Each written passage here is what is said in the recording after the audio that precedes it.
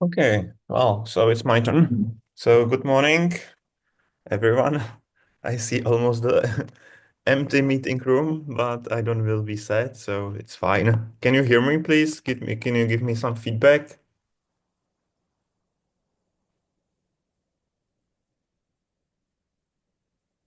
Sorry, uh, I didn't hear Yeah, nothing. we can hear you. We can hear you. Can start, please. Okay, perfect. So I will try share my screen.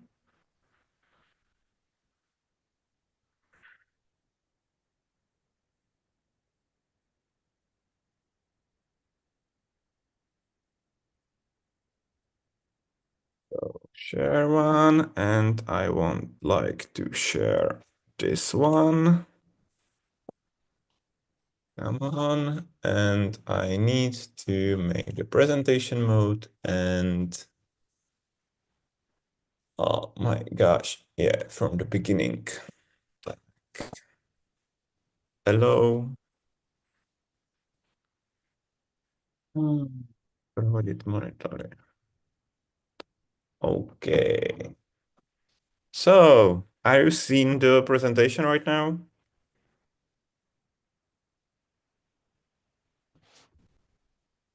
And we can't see the presentation yet. Yeah. You can't or you can? We Sorry. can't, Can. cannot. Okay, sorry.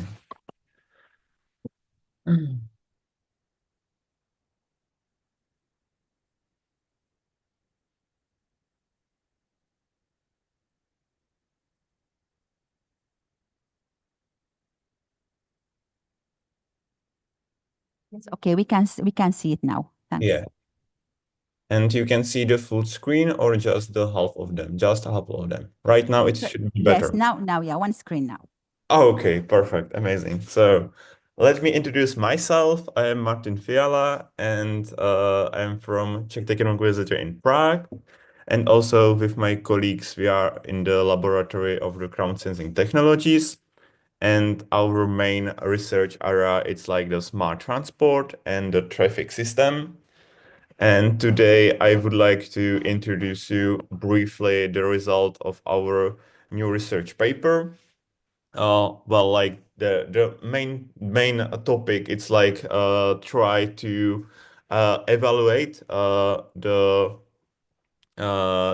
approaches of the integrated NFC-based smart post boxes, and we tried the investigates how this like the contactless smart post box can improve the last mile delivery and the efficiency in the urban area.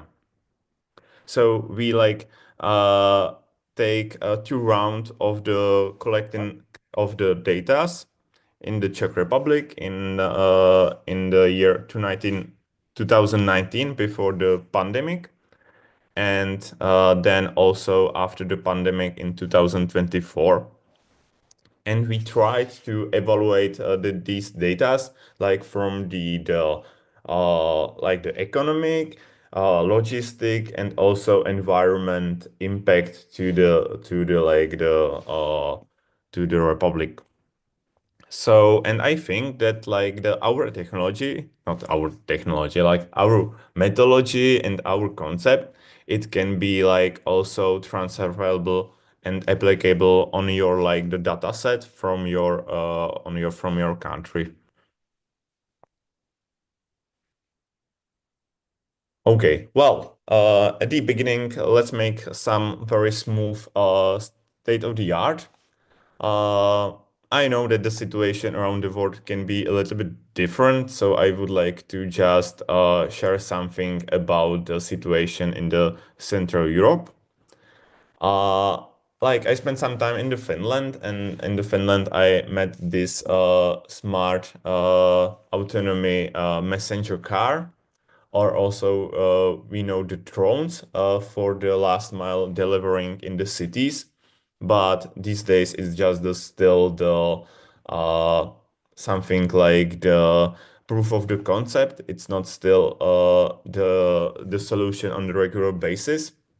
For example, in the Czech Republic, there are some like the blockers in the law because it's still not permit to use the drones above the heads in the cities.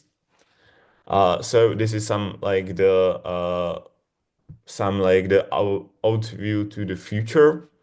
But these days they are very like spread these like the metal boxes. But it's not like the official post boxes for the regular service, but it's mainly the solution for the private companies and for their e-shops.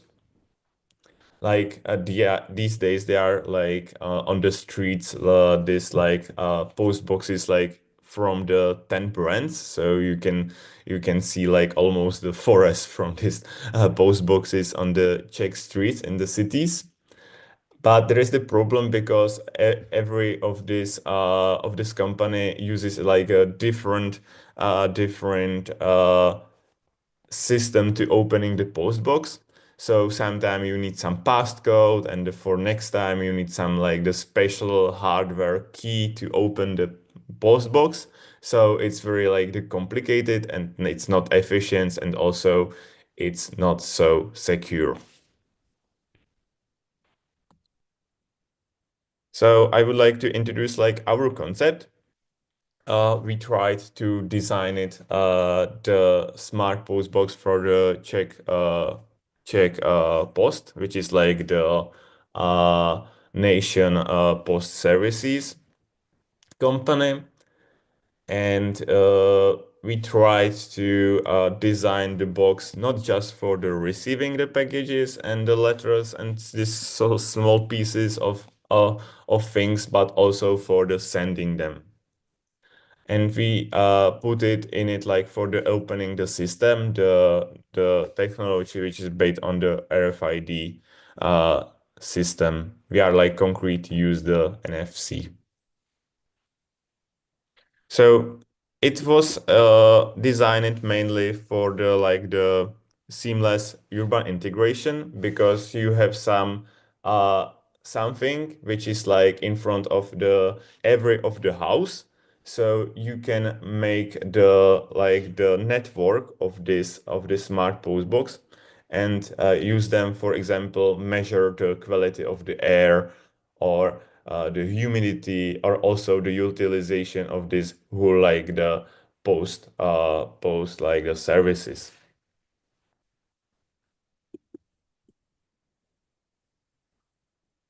Yeah, there is the like the architecture of the delivery and the pick upping the process. It consists from the four parts. The first part is the like the postman with some things or some package. Uh, the postman put this package in the smart post box. To open it, the postman use the postbox app. So there is like the first of the authentication. Then the data from the Postbox apps goes to the cloud of the like the back office of this whole system, and the end user, for example, some Mr. Novak, Mr. Will get the notification where his mobile app, hey, you have the new package in your post box. So when you have the time, just take it out from the post box. And also the end user will use his mobile app, which is like there is a very huge advantage of this system, and it's like the native feature of this smartphones these days. It's like the NFC. So we are just wanted to use the something which is like by default in our mobile phones.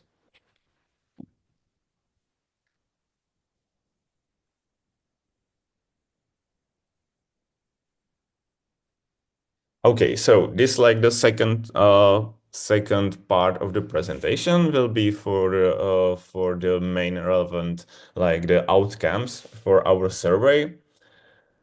So some facts in the general. So we made the survey in the Czech Republic. There was like two rounds. First one in the 2019 and the second one in the 2024. Uh, the average, like the age of our respondents was the 33 years, and our totally amount of respondents was 3,000. But we just not focus on the residents from the capital city. We tried to cover the whole Czech Republic, and the key for it was that we just not we didn't use just the electronic form of of the research, but of the survey, but we also use the paper one. And then on the datas, we analyze them with the descriptive statistic to ensure that our insights are accurate.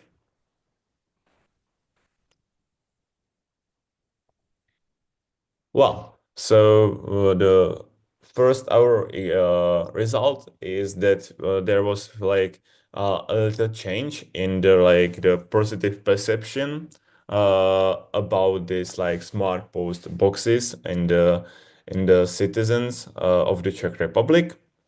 Uh, it's like interesting because before the COVID, there was like no this like smart post box for any companies.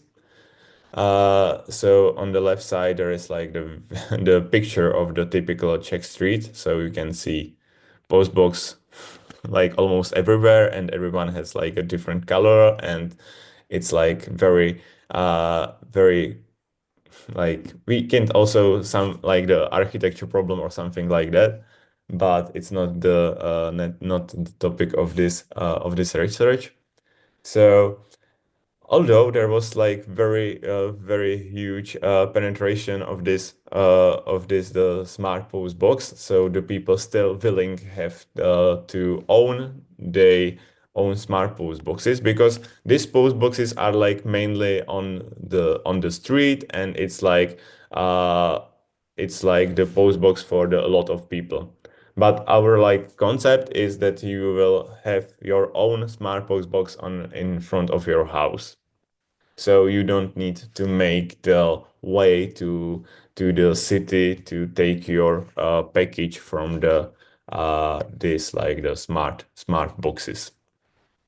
Yeah, so there is like almost like 4% difference between 2029 and 2024.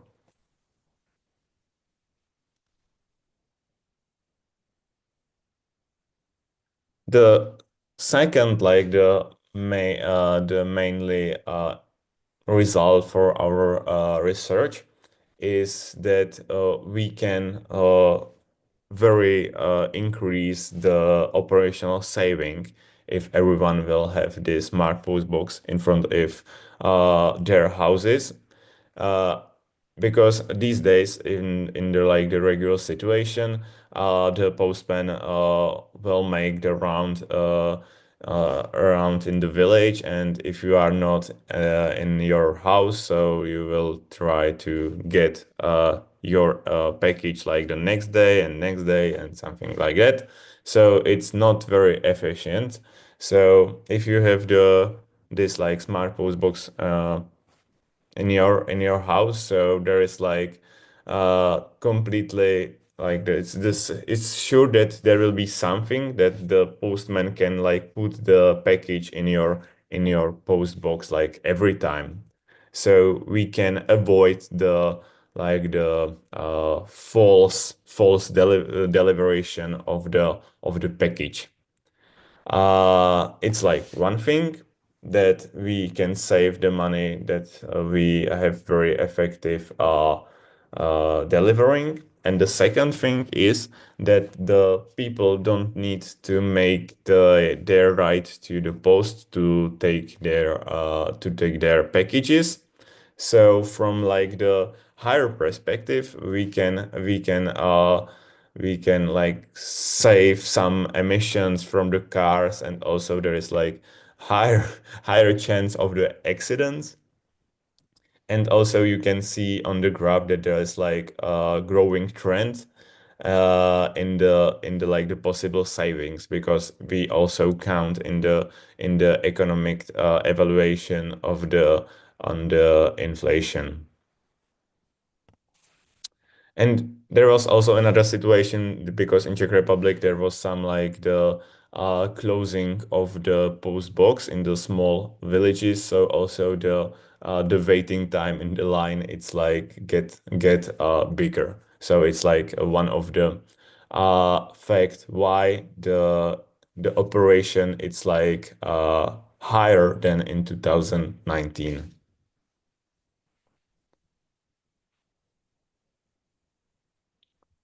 Well, another thing which I would like to mention is that in 2024, the people are like prepare and they're willing Sorry, I have some echo from your side. Can you just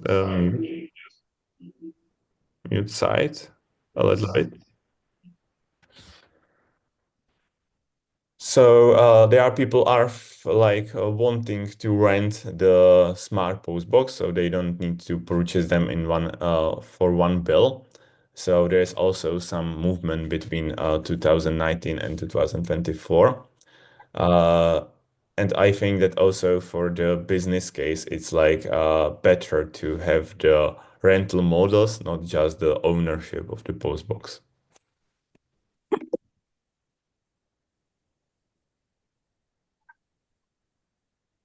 So, well, some of our conclusion for our research. So the NFAC enables smart post boxes like present the scalable and the efficient and sustainable mainly solution for the urban logistic, mainly for the last mile deliveration. And it still has makes it makes sense for the cities uh, because the people start interest into have this the smart post box in their houses. Uh, they are very huge, like the significant and operation savings, mainly in like the externality reduction, like the emission, also the noise in the cities, which is very important. And it has also some another like the strong environment and social benefits because you can use this smart post box not just for the sending and the delivering the packages, but you can use it for the IoT systems. You can put in it the sensors, so you can make the whole mesh for the smart post box, and then uh, get the for example some interesting information about the surroundings or the for the appropriate part of the city.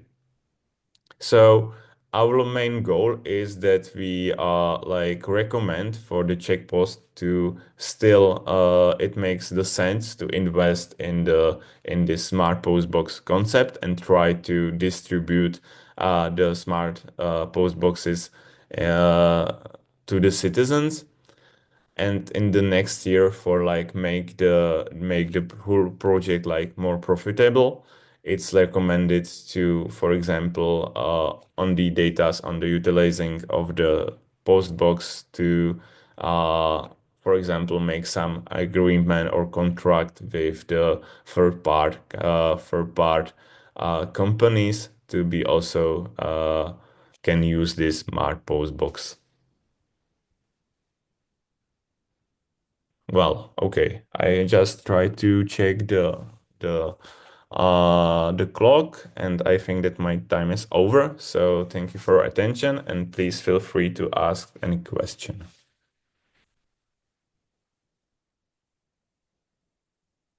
Thank you, Dr. Martin. Thank you, Dr. Martin.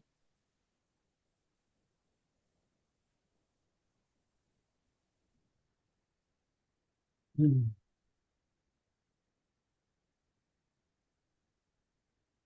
Okay, sorry, I just stopped the sharing to see you. Oh,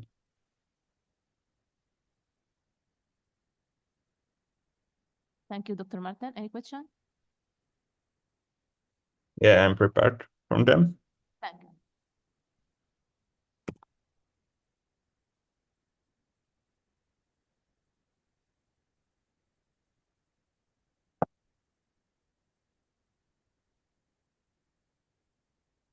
Yeah. Hello, Dr. Martin. I just want to Okay. ask you about NFC. You mentioned about NFC for using this one. Do you think NFC it will be secure for that operation for the Yeah, smart box? like from the definition of the standard, like the two-way like some special security algorithm to make the like the authentication process like safe. It's Okay. like definitely it's much more safer than just know the PIN code because you can like lose the code, and also the these days the pin codes are just four numbers, so it's very easy to guess it. So it's definitely like some additional step of the security. And mainly it's like the communication between the server and the post box. So there is like not, you don't need to know anything. So it's completely like the automatic. So it's on the standard. Okay, thank you so much. Okay, do you have any question? Okay, thank you. Thank you so much, Dr. Martin. You're welcome.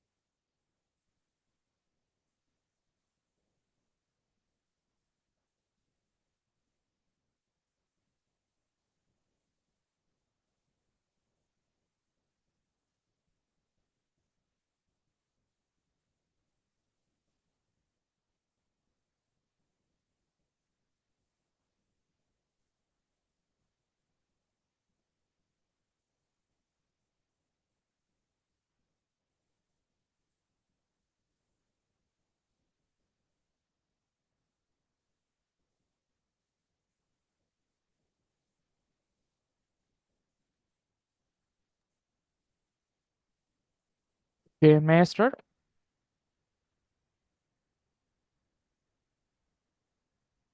Dr. Maruf, Yes, ma'am. please, you can start.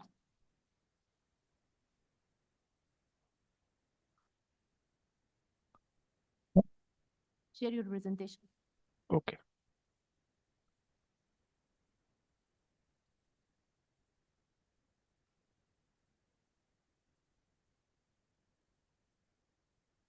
Is it clear, ma'am? 1 minute.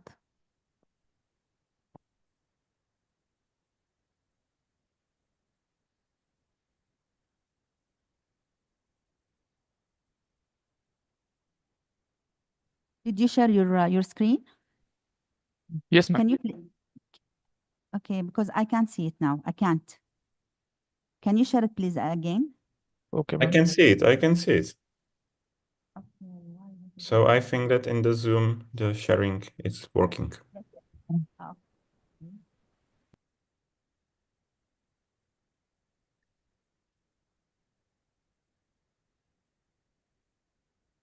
Yes, yes, go ahead. We can see it Okay. now. Thank you. Thank you so much. Okay. Um, good morning, everyone. It is a pleasure to be here today to present our research on City Shield, an IoT-driven and AI-based threat detection system for smart city operations. So here is our authors. We are from the American International University of Bangladesh. We have proposed a system that aims to address the critical security challenges in modern smart cities. So here is our outlines. We start with introduction, then we discuss the research gap we found, then what's our objective for that research, then I'm going to discuss about the methodology, and then I'm going to discuss the proposal and rest of then I will discuss one by one. The rapid integration of IoT, AI, and big data has transformed urban services, enhancing transportations, energy efficiency, and public safety. However, this technological advancement also exposes cities to new cybersecurity vulnerabilities. As network connections expand, so do potential attack surface, putting essential services like emergency response, water supply, and transportation at the risk. The cause for a robust security mechanism to safeguard our smart city operations. So here is some existing paper research gap, like existing systems lack efficient real-time monitoring and response mechanism, making them vulnerable to sudden cyber attacks. As the number of IoT devices increases, many current security solutions struggle to handle large-scale data processing and threat detection. Most threat detection systems do not utilize continuous learning, making them ineffective against involving cyber threats. Ensuring seamless integration between IoT, AI, and cybersecurity measures remains a challenge, limiting overall system efficiency. The absence of universal security standard and strong data privacy measure raises concern about compliance and data integrity. So our aims to understand the role of IoT, AI, and big data in improving urban services in smart city operations, to identify cybersecurity challenges in smart city operations, to develop an AI-powered threat detection lightweight system, to enhance system resilience, to ensure safe and sustainable smart city operations. So here is our methodology. So in real time, IoT sensors collect the data such as smart meters or any IoT device in a smart home operations. It gathers the data. Then the then we are using Apache Spark for real-time streaming, and we encrypt our data by using AES-256 for data security. For anomaly detection, we use two different type of machine learning algorithm like autoencoder and deep network. So autoencoder autoencoder algorithm detect the abnormal traffic patterns and potential attacks, and the sorry and and the DeepQ network use the DeepQ network try to use his power and freeze that network. So freeze that device, and it the device is doesn't attach with the network, so the vulnerable so the full cyber attack does not vulnerable the whole network. Then through IoT, through the IoT, the DeepQ network try to call the try to notify the user, and the user can the user try to take the initial step. For monitoring backup, we use the store. We using the store of cloud, and the machine learning enables the model to improve over time-based and historical attack pattern. Here is our kind of methodology. So here is the proposed framework we use, like in real-time data and analytics to optimize resource, predict needs, and solve problem solving. The proposed system enhances security by using AI and IoT to monitoring city service and processing data with Kafka for real-time and data streaming. For secure and scalable storage, we use HDFS for local services, local device, and Apache Spark for faster data analysis and for faster data analysis. We use autoencoder algorithm for identify unusual pattern, and DeepQ helps make quick decision during threats. When anomalies are detected, the system isolated the affected device, then alert the user and store the data securely in the cloud. The architecture includes encryptions and also the firewalls and centralized dashboard for managing threats. The City Shield use IoT sensors and AI to monitor infrastructure, isolating network when necessary to maintain service continuity. It has a modular design, ensuring scalability and adaptability, with load balancing to keep operations smooth. Sorry, here is our flowchart. The proposed security system starts with network traffic monitoring and real-time data integration using Kafka. Then the firewall filter the unauthorized access. The clean data is stored for HDFS for analysis. Apache Spark process logs to detect anomalies using autoencoder autoencoder mode. If a threat is identified, a DQN-based automated response is triggered, and it also isolated the device from the network. Vulnerable elements are isolated. Incident data is stored in Azure Cloud, and use receives real-time alert. Automated security adjustment enhance future protection, ensuring effective threat detection and rapid mitigation across the network. To evaluate the CT Shield, we analyze a real world scenario. For a hypothetical case study. We saw a real world DDoS attack scenario, targeting an intelligent traffic management system. The attack aimed to overload the network, potentially disruptive essential urban service like emergency response and or traffic control. In its response, City Shield prioritized the critical data stream, ensuring uninterrupted operations of key services. To handle network overload, it automatically activates in secondary data cluster. Preventing system crashes, encryption mechanisms were implemented to safeguard sensitive traffic data from compromise. Additionally, real-time alerts were sent to the monitoring dashboard, allowing administrators to take immediate actions. Through these multi-layer defense strategies, City Shield effectively mitigated the attack, demonstrating its ability to enhance smart city cyber security and maintain system resilience. Okay, sorry. At conclusion, in the system uses IoT and AI make smart decision and improve performance, at and it helps to real time that it helps in real time the system responds quickly and work efficiently, and it calibrate ensure accurate navigation and better system adaptability. The approach is scalable and suitable for solving real world challenge. So in future, we like to explore the advanced AI algorithms for better decision making and optimization, integrate 5G and edge computing for faster data processing and reduce latency, test the system in diverse world environment for broader validations, and it enhance security protocols to protect data and system the communications.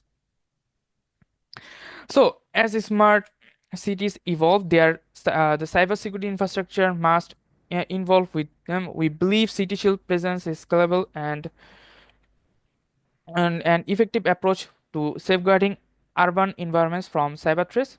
Thank you for your time. Okay, thank you for the time.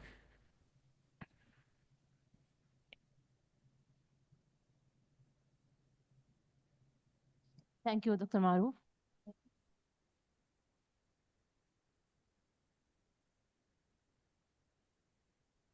Thank you, Dr. Martin, for your presentation. I just have a question about how your model classify the cyber threats severity.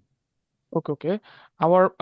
If we trained our model like various pattern in various attack pattern, so if like autoencoder use to train that pattern, so autoencoder, if any type of pattern in attack in that device, any our smart city device, so the pattern so autoencoder analyze the pattern and then it informed to DeepQ network, the others algorithm. So DeepQ network isolated the device and it then from the network, so we can mitigate the attack immediately. You have like supervised classes or unsupervised classes based on the Unsupervised. Okay. Great, thanks. Thank you so much.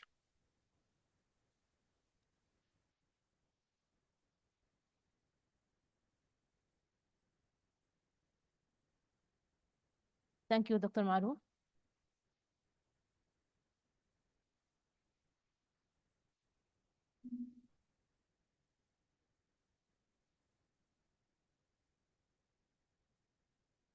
Dr. Sayeda, Dr. Maruf.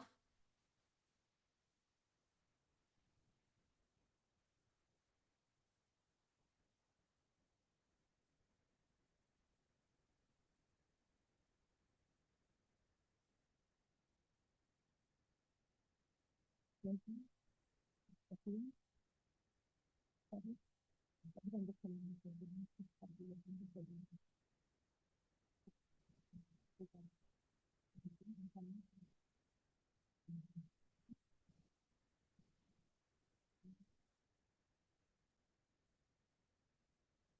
Dr. Maruf, do you have another paper to present? Yes, ma'am. If you allow, ma'am, may I take a Yes. short break, please? Because I need to take some water. Okay, sure. Okay, thank you, ma'am.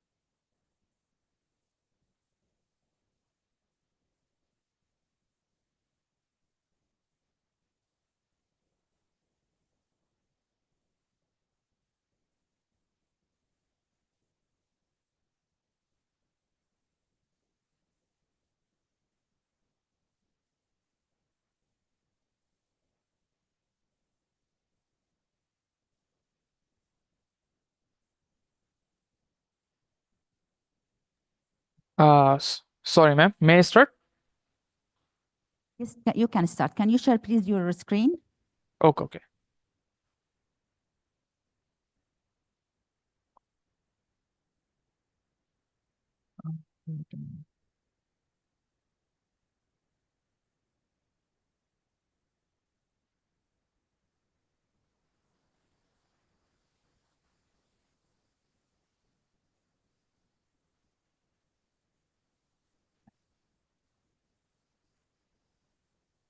Yes, we can see your screen. You can start now, please. Okay. Thank you so much. So here is our another paper. It's a title name IntelliGuard, an AI-powered threat detection system for smart home operations. So here is our author. So we have proposed another system for that aims to address the critical security challenges for smart home. So here is our outline.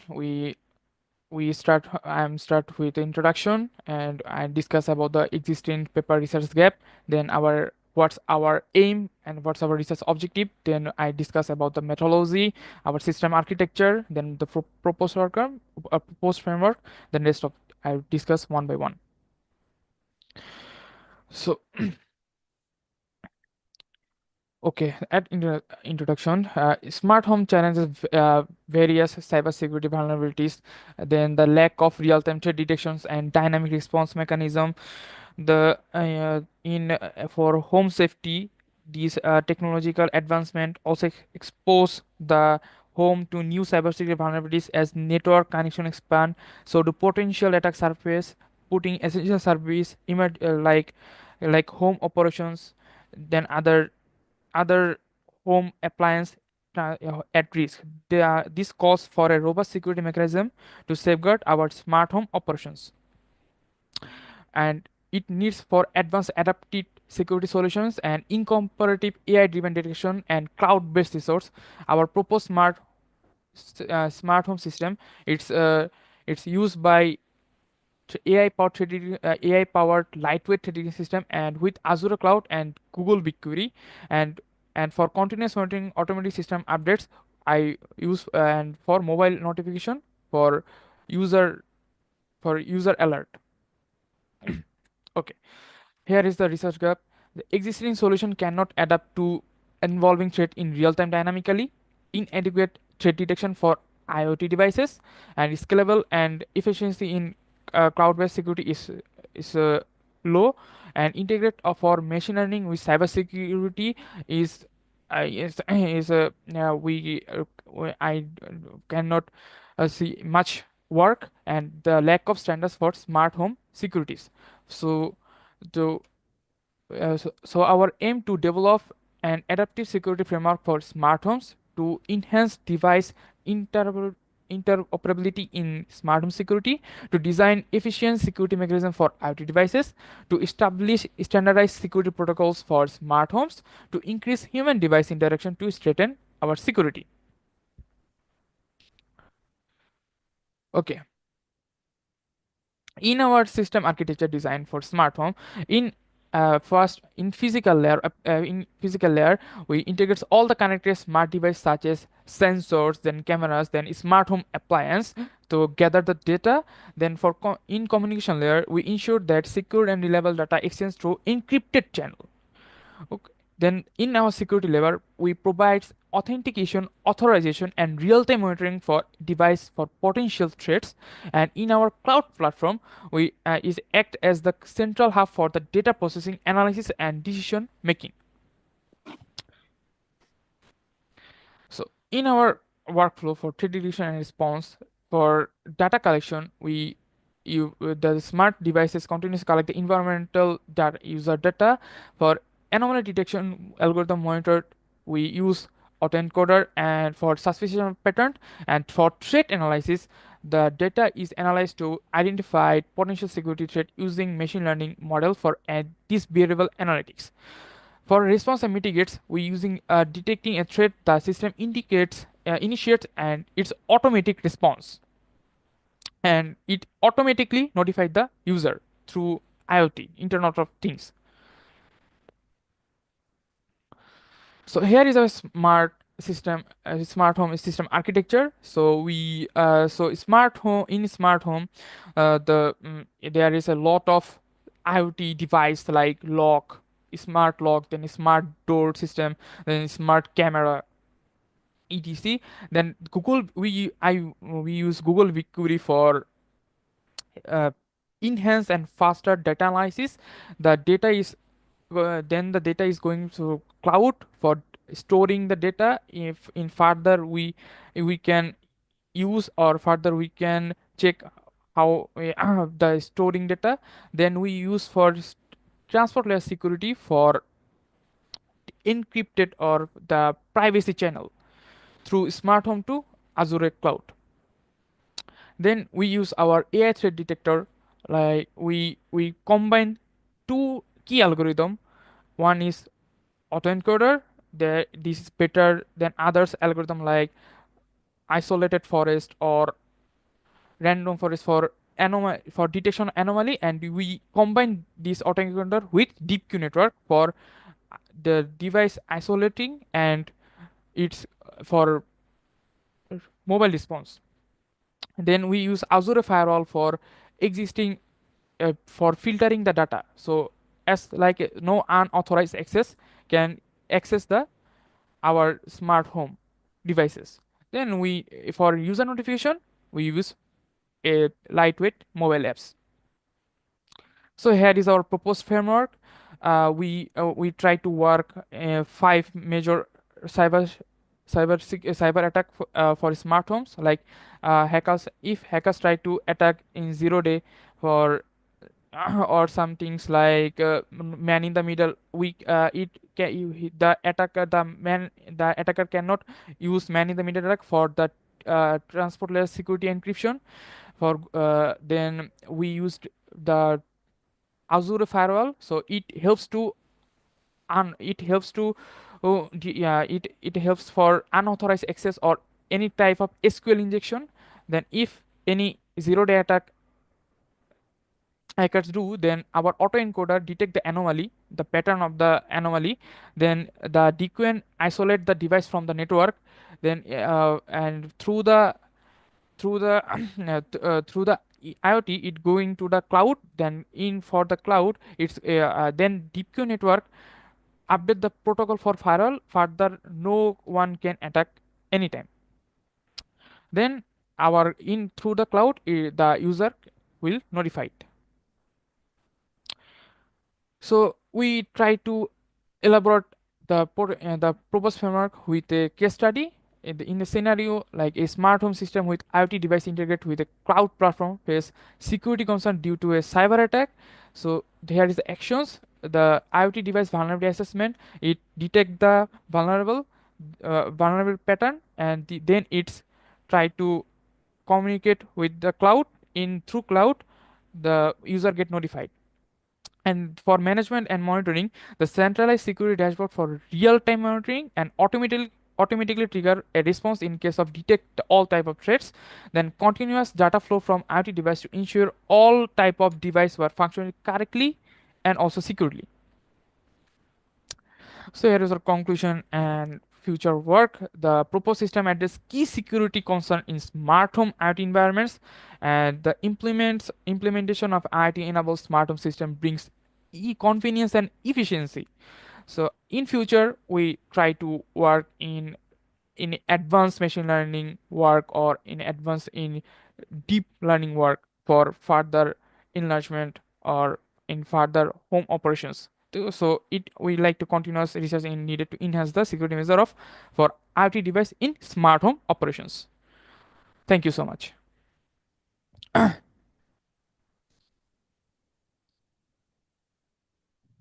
Okay, thank you, Dr. Maruf.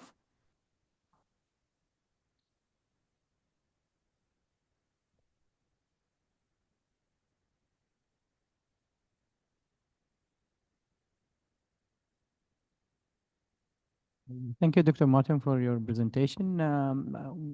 Nowadays, with the smart homes and a lot of smart appliances, how we can make sure that, especially with the smart TV, with all of banking information stored in smart TVs, how we can guarantee it's safe and how gonna cost us to protect smart appliances, especially smart TVs? Thank you for your question. Uh, that's why we need a continuous monitoring. As we are human, we cannot do a continuous monitoring in 24/7. So that's why we are proposed this AI lightweight threat detection model for continuous processing. So if any type of vulnerable cyber attack in smart TV or smart lock, then this lightweight threat detection system try to try to mitigate the attack, and it's make ensure to save all of us in smart home or any smart home devices.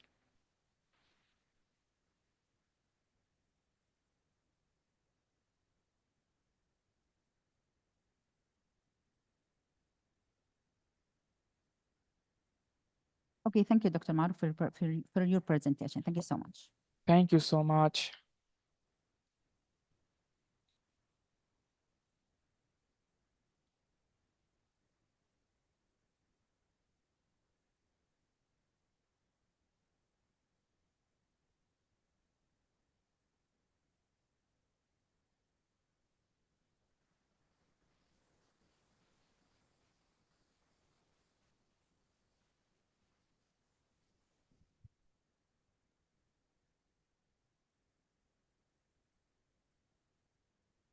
Yes, Dr. Hassanin, Dr. Rania, Dr. Firdaus. Anyone here?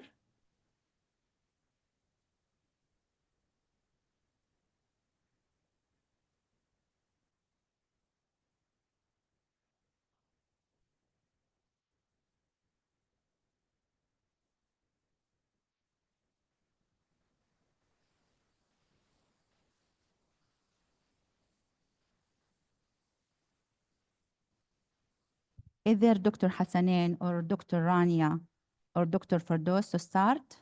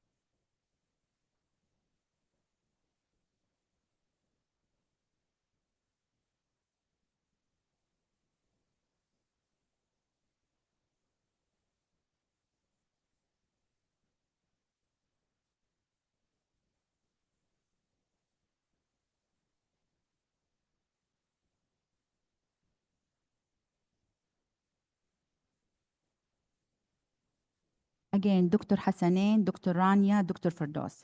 Anyone here, please? We're gonna wait for 5 minutes, then we're gonna end the session.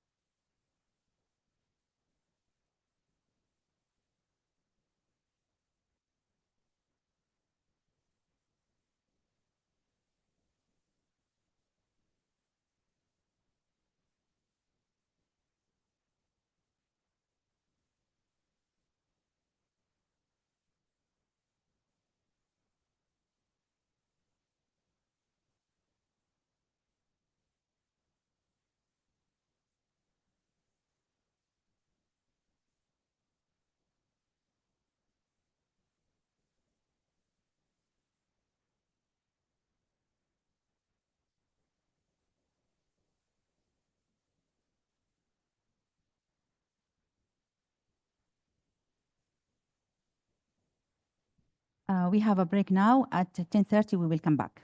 Thank you.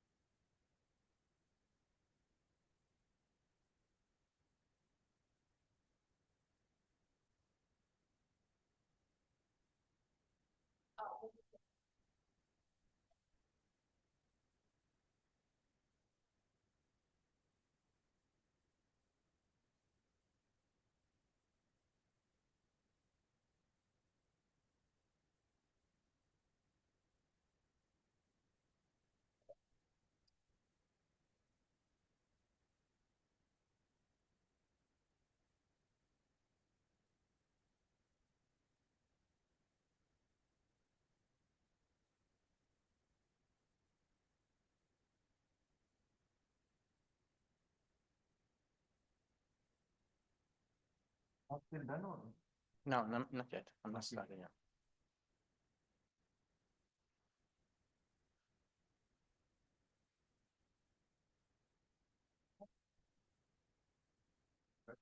Yes. يتحرك ولا؟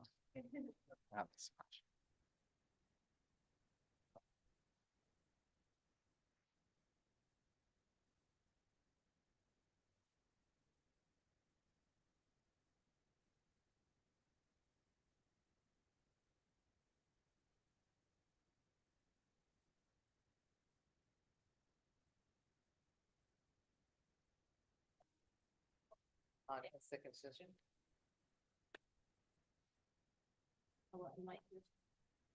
أيوه.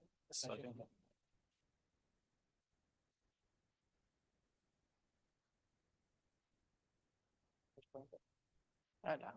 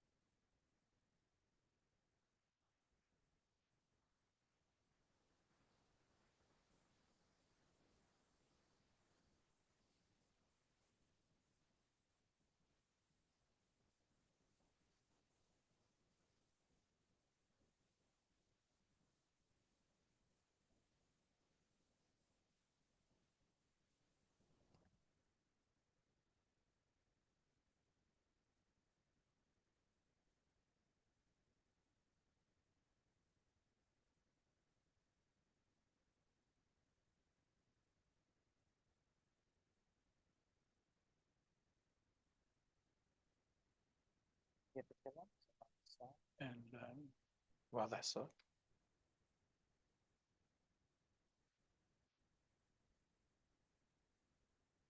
اوكي بس نعمل تيست اوكي تمام.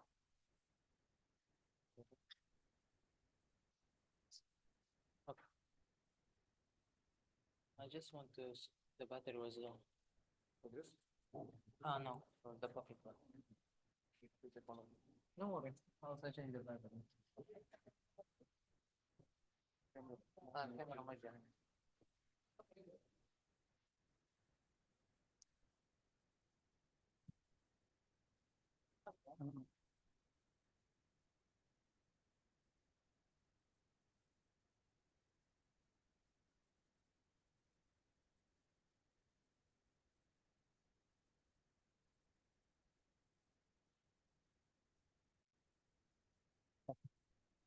Good morning, everyone. This is Dr. Yasser Al-Hazmi from Qura University. First of all, I just want to thank Jeddah International College for organizing this amazing conference, and special thanks for Dr. Rania for leading this session. Today, I'm going to present optimal design of electrical vehicle battery swap charging station for smart cities in Saudi Arabia. This work cannot be done without my heroes, Abdulaziz, Muhammad, Nawaf, Abdul Malik, Yasser, and Muhammad.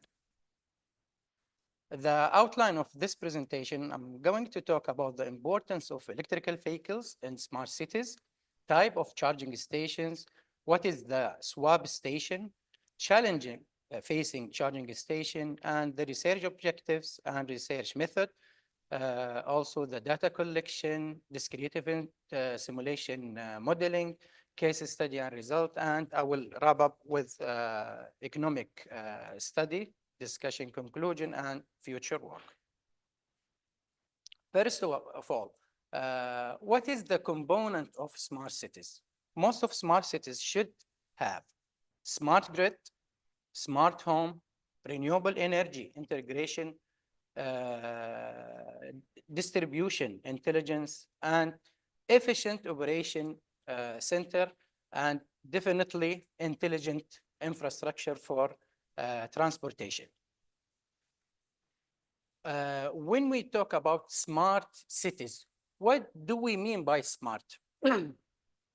In order to define smart grid, we have different layers, starting from communication, then data analysis, after that, decision making, and all over to self-healing. I will explain this by giving an example. When you look at little kid, you're gonna say this is a smart kid if he start talking early, let's say in his 7 months or so. If you give the little boy a command and he get that command and follow that command, you will say this is a smart kid. The same thing apply for smart cities. We have to have infrastructure for data collection, analyze the data, decision making, and overall to self-healing infrastructure. Most of us know that electrical vehicles as a main component of intelligent transportation, it's zero emission, efficient operation, help renewable energy integration, it's low operating cost. But most of us come today to this session with conventional car, with gasoline car. Why? What's the reason behind this? Why electrical vehicles not acceptable or not owning by most of people, including myself? I'm working in this field for 15 years and still I'm not owning even an electrical vehicle. There are 3 reasons causing the resistance of public to accept electrical vehicles. High initial cost, and if you look at the Lucid car, it's around 250K Saudi riyals. Half of this price goes to the battery, and it lasts not longer than 10 years. The second reason is the long charging time. We don't have premature charging technology, limited power capacity. And the third reason, limited driving range. And this is causing by the lack of public charging facilities. When we're talking about the public charging facilities, we have to choose the best option that will charging our electrical vehicles. So we have different types of charging technology. Level 1 charging, which is using the socket, 120 volts. It's gonna take up to 20 hours to charge your electrical vehicles. Level 2 charging with 240 volt charger, it will take up to 8 hours to charge the EVs. Level 3 DC fast charging station, which is a public charging station, it will take around 30 minutes to charge 80% of the battery. The last technology or last option is battery swapping, that actually taking or replacing the empty battery with a fully one. Why we choose fast charging among the fast swapping charging in the technology of swapping battery? We can get the empty or replace the empty battery with the new charged battery within few seconds, few minutes, and the price of the battery, which is the half price of the car, can we reduce from the tag price of the car? So that we're not buying the battery, we're buying the energy inside that battery. So this is really a good option in order to charging electrical vehicles.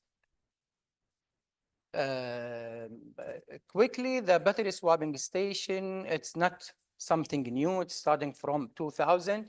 There are many companies using this technology. Tesla did this 11 years ago, and NIO, a Chinese company, developing a battery swapping system and operating swap stations. Our research objective is to design optimally the electrical vehicle swap charging station. We have a lack of we have a lack of electrical vehicle information in Saudi Arabia. So we try to get the similar technology, which is a gasoline or conventional car. We collect the data of arriving time, amount of energy required, number of cars approaching the gas station. Then we modeling this in discrete event simulation in order to try different scenarios, try different behaviors of the car in order to get the optimal design of stations. And we compare this result with the fast charging station from technical point of view and from economic point of view. So our research method, starting with the data collection, data analysis, model design, simulation, result analysis, and system comparison. We have a field measurement for 3 different gas stations in Mecca. We're actually looking for the traffic flow data, arriving rate of the cars, number of the cars, and amount of energy that required per each car. We have 3 different types of gas stations: small, medium, and large. In a small station, it has 4 pumps, medium between 6 to 8 pumps, and large station between 10 to 20 fueling pumps. Actually, and we collected the data of refueling time, amount of gasoline that refueling, and the number of vehicles. And in this table, we cover 3 different size of a station for weekdays and weekend. And this is the number of cars, the maximum number, the minimum, and the average refueling time of conventional cars. And this graph shows the largest station, and as we can see in the blue, the weekdays. So most large number of cars approaching the largest station during weekdays, comparing to the weekend, especially at the daytime. We use different model of discrete event simulation or different software, and actually we pick the JAM simulation for 2 reasons. It's open source, and it has 2 operator, one for duplicate and one for assemble. This one can actually modeling the car when it comes with the battery and duplicate the battery, the empty battery from that car, going to the charging room, and then the assemble can merge the full battery again to the car. And it has different uniform of distribution, normal distribution, uniform distribution that help us to consider uncertainty in number of cars and the arriving time to the station.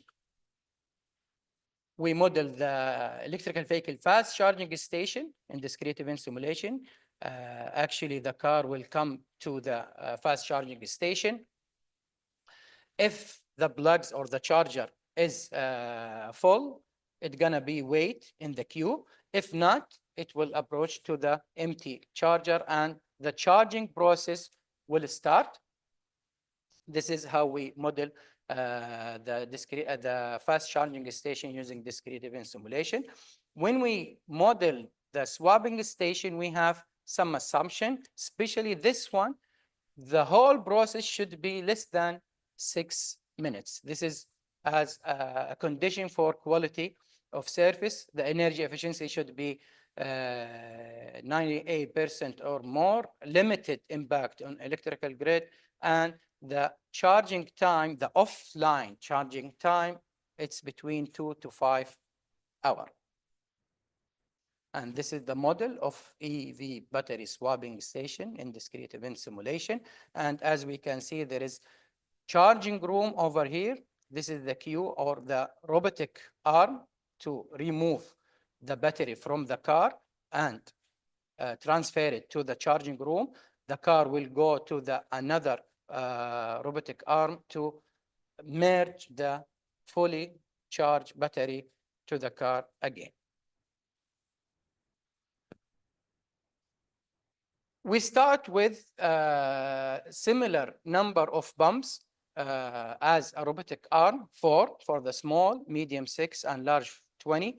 But when we get the result, only 2 of these arms are used. So this is, we can reduce the number of arms based on our case or based on the simulation that we use in the medium from 6 to 2 and 4, based on the penetration level of electrical vehicle. We talk 3 different levels: 10%, 20%, and 30% of penetration levels. From in the large scenario, from 20 pumps to 8 that we use, and the number of chargers depends on the size of the system. In a battery swap, 8 to 135. This is in the charging room. And the charging productivity up to 7 batteries daily. And as we can see in this chart and in this table, this is the number of cars that are approaching the battery swap station or fast charging station based on the size of the station.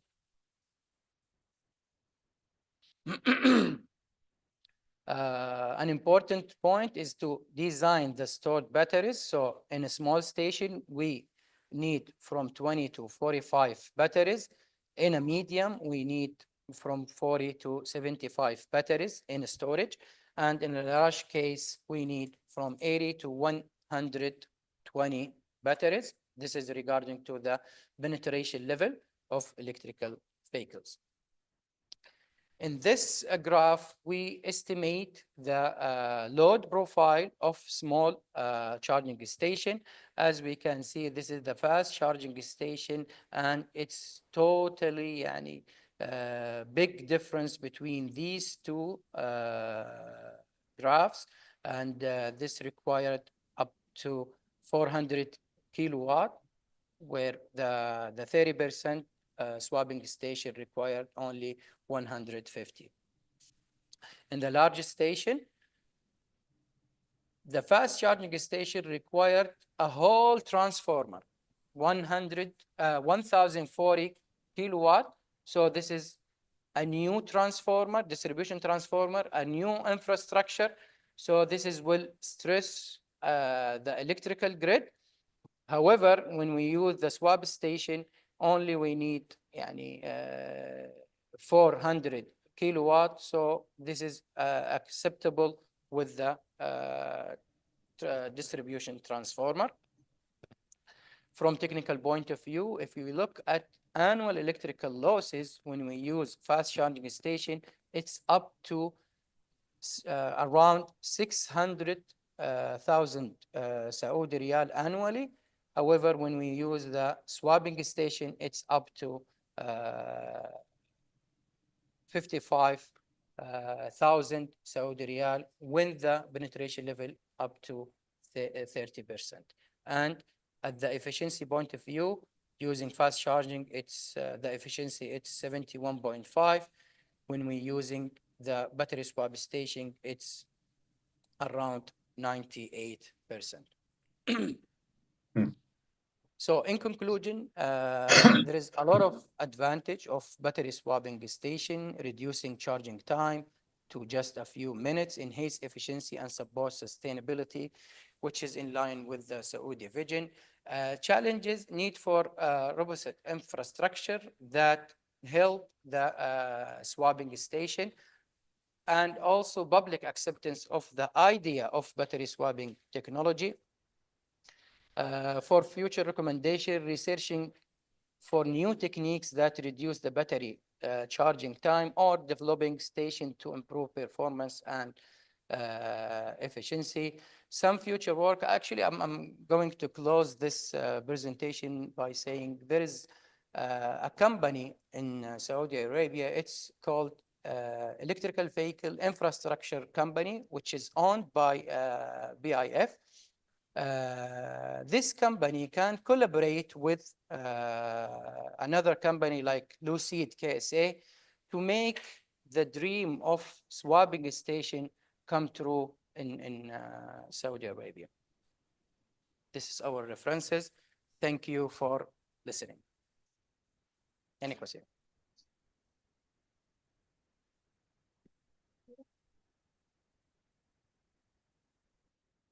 Good.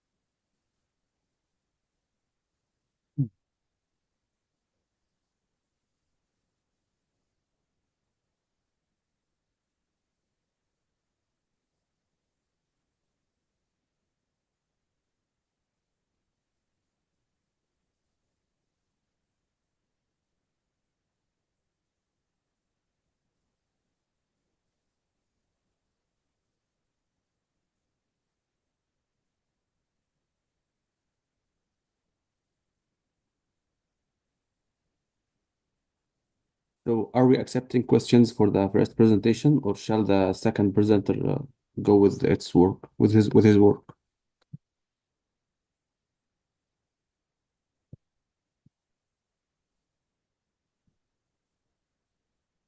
Yeah, Dr. Adam, you can start now. Can you share your Okay. screen, please? Yes, I will try. Just give me 1 second.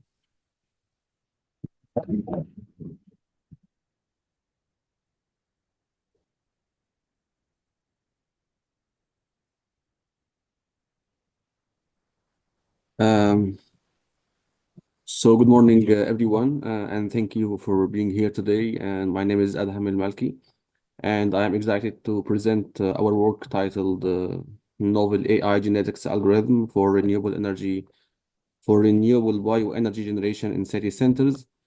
So this research was conducted at the University of Waterloo by myself and Dr. Mohammed Araji. And let's dive into how we are using AI and genetic algorithms to revolutionize and advance urban bioenergy systems. So we will start with a brief introduction to provide an overview of the topic and its significance. Next, we will dive into the background where we will discuss the key concepts, existing research, and motivation behind our study. And following that, we will outline the methodology by detailing the approach and techniques we used to conduct our research. We will then go over the experimental setup. We will explain the materials, equipment, and procedures used in the study. Afterward, we will present our results and discussion, where we will analyze the findings and their implications. We will also explore the applications and conclusion by summarizing the key takeaways and potential real-world impact. Finally, we will open the floor for questions, Q&A session. I would be happy to answer any question or in the presentation or by email.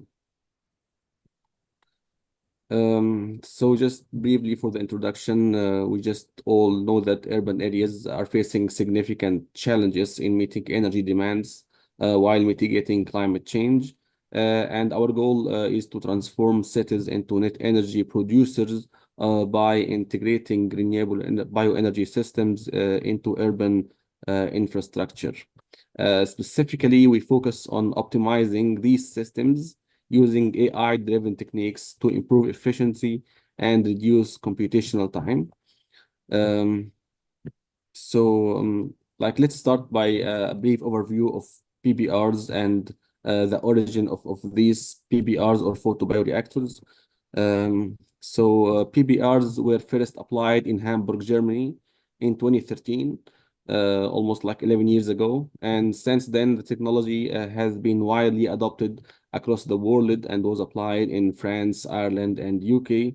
The introduction of PBRs in North America occurred late in 2023 and 2024 in North Carolina. However, this integration didn't assess the system energy efficiency or biomass productivity. Instead, it concentrated on the impact of microalgae. It concentrated on the impact of a microalgae facade on occupants' emotions and creativity. So to be applied in extremely cold climates, snow deposition on the panels and the low temperature of the ambient air should be mitigated by integrating PBRs or the photobioreactors into double skin facade. So you can see a double skin facade. And PBRs are being integrated into the inner layer of the facade. And as we mentioned, this is done to mitigate the impact of the low temperatures and the snow deposition.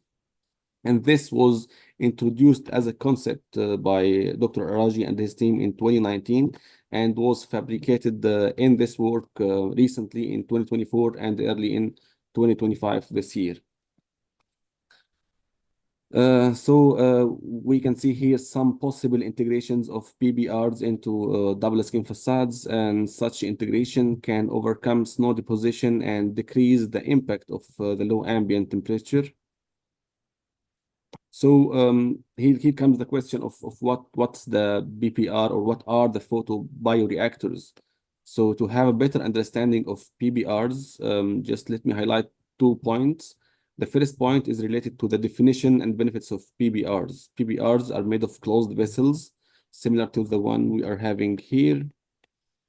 These closed vessels are for controlled microalgae generation, which is a clean source of sustainable oil. In addition, photobioreactors or PBRs can generate oxygen and extract carbon dioxide from the atmosphere using gas regulators. PBRs also comprise a pump. We can see we are having one here. So PBRs comprise a pump with inlet and outlet pipes to extract microalgae and add fresh medium to the reactor. The second point to highlight is that PBRs have comparable efficiency compared to other solar systems. So photovoltaics in the commercial applications and when integrated into buildings are having efficiency ranging between 12 and 15%. Solar thermal collectors have an efficiency of 60 to 65%. So PBRs can produce heat and biomass from solar energy with a conversion efficiency of approximately 48%. So we can just briefly summarize the background by saying that bioenergy systems harness or harvest solar energy to produce biomass and act as natural carbon sinks that absorbs carbon dioxide, and this improves air quality. The challenge we are facing with these systems, the optimization of such systems is computationally intensive and existing tools often lack flexibility. So our study addresses these challenges by integrating neural networks with genetics algorithm, and this creates a more efficient and adaptable optimization framework. So let me just briefly list the methodology that we applied in this work. So it comprises 3 points or 3 major steps. The first one is the chemical kinetics model that estimates biomass production based on microalgae growth rates and solar irradiation. And for this model, or for the validation of this model, we built an experimental setup at the University of Waterloo, and as mentioned, for the validation and verification of the model. Then a neural network with a 3-layer architecture. This was trained using the Levenberg-Marquardt algorithm to predict the system performance. So instead of going through the detailed chemical kinetics model to predict and estimate the outcome of the biomass from the system, we just trained a neural network to do the same job with less computational time. The third step comes here is the genetics algorithm and this part optimized the biomass yield from the neural network architecture through selection, crossover, and mutation. Together, these components like form the main framework for optimizing the bioenergy system.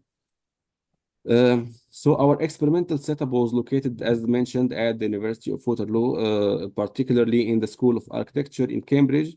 We integrated flat panel photobioreactors into a building facade inner layer with adjustable cavity widths. So this cavity width, this one or this one from this inner layer to the outer layer, can go between 20 centimeters up to 2 meters. But for this study, we just examined 20 centimeters and 40 centimeters. So over 2 trials, we collected data on biomass concentration and production rates, which were used to validate, as mentioned, our chemical kinetics model. So the model was used to validate the developed chemical. So the experimental setup was used to validate the developed chemical model by comparing the obtained results from the model to the experimental data collected from the physical setup. The location of the setup was chosen due to its south-facing window for maximizing solar exposure for the PBRs. So the walls were built using 2x4 beams for framing and plywood sheets as the primary wall material. The inner layer was designed to move closer or further away from the outer facade layer to allow for flexible cavity widths. Manufacturing for the PBR panels involved processing of the 2x4 beams on a jointer to straighten the stock. This is followed by rib cuts on a table saw to create grooves for holding the glass panels. 10mm thick glass panels were then integrated into the grooves before applying liquid rubber to coat the wood surface and fill the gaps at the glass wood junctions that we can see.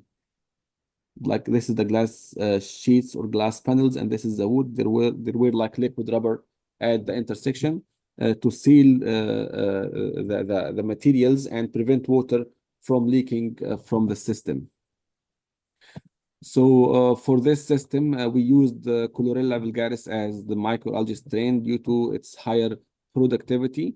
The deposition of microalgae was avoided and mitigated by fast-moving currents along the inner walls of the PPRs. You can see it over here. There are bubbles coming from the bottom to the top. So such conditions or such continuous agitation of the culture medium was also required to prevent the microalgae from sinking and deposition on the floor of the system. So they can or they remain suspended as the system is harvesting solar energy and generating biomass. So this was achieved by introducing compressed air from the bottom of the PBRs using an air pump. So our chemical kinetics model showed a relatively high accuracy with root mean square error values of 0.03 kilogram per meter cubed for the 20 centimeter cavity and almost 0.8 grams per meter cubed for the 40 centimeter cavity. When comparing production rates, the model estimated 11.9 grams for the 20 centimeter cavity and 4.6 grams for the 40 centimeter cavity. This closely matched the experimental results of 15.6 grams and 5 grams for both cavities, the 20 centimeter and the 40 centimeter.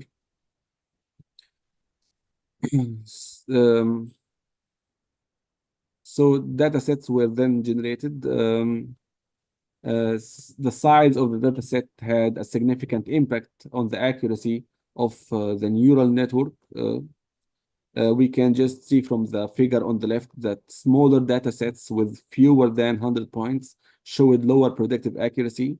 For example, a 10-point data set achieved an R value of 0.6, but data sets larger than 150 points achieved perfect linear correlation with an R value of almost 1.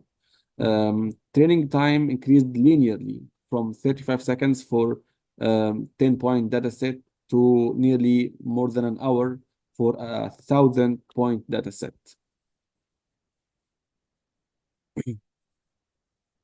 So when the neural network was integrated into the genetics algorithm, or to explain this more, when the genetics algorithm optimized the input to the neural network architecture to maximize the output, which is the biomass generated from the system, the timing of the optimization or the computational time reduced significantly from 24.4 hours, almost a day, to just 6 minutes by coupling or using both neural network and genetics algorithm at the same time. So the algorithm identified the optimal parameters, including the optimal residence time of 1.043 days. The optimal cavity width was 20 centimeters, and the optimal panel width was 1.4 meters. And the tilt angle of the panels was 48.6 degrees. So the validation was done for only the 90 degrees due to manufacturing challenges. But when the optimization was performed, the optimal angle was found to be 48.6 degrees. And this yielded a maximum biomass generation of 2.25 kilogram per meter squared.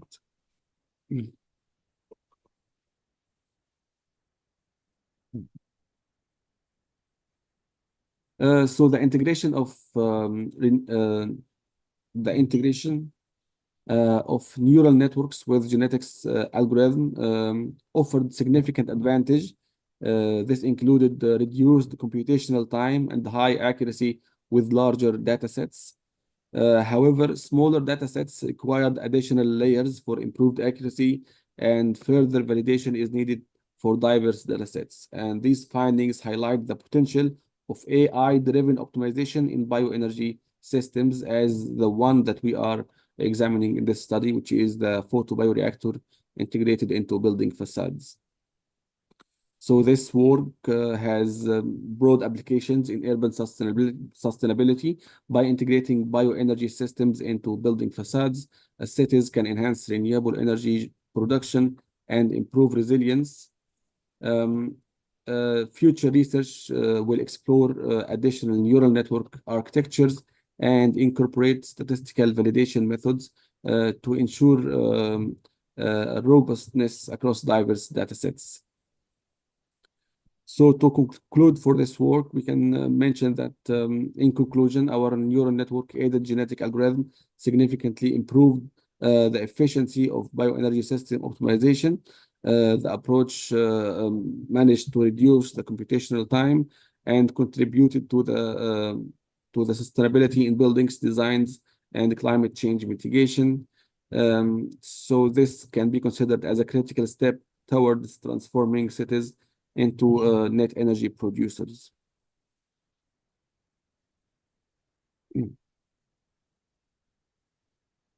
So thank you for your attention today, and I would be more than happy to take any questions or comments currently in the presentation or at my email. Okay, thank you, Dr. Adham. We will see. You are most welcome.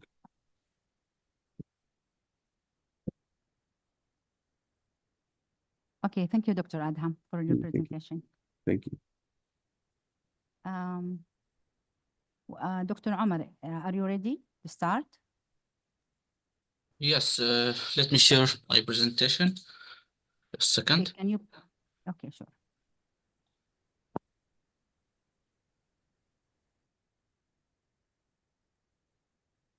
So can you see the presentation? Any confirmation? Can you see the presentation?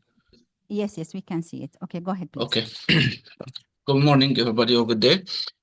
My name is Omar Al-Harasis from Budapest University of Technology and Economics. Today, I'm going to present to you my topic titled A Comprehensive Human Factor Approach to Pedestrian Accident Analysis in Urban Environments. Here, in our study, we focus on Amman, capital of Jordan, as a case study. This work has been done in cooperation with Dr. Haytham Al-Hassanat and Dr. Rana Al-Matarni. So let's start. As you can see, here's the outline of my presentation, introducing the topic, why it's critical topic, and why we choose Amman as a case study in our study. And we'll move to what motivates us to work on the pedestrian accidents in Amman City. And of course, with the methodological approach that we used in our investigations will be highlighted. And the most important results will be also visualized and in visual and of course mathematical way will be highlighted, and the main concluding remarks also will be presented, and the most highlighted references also. So let's begin.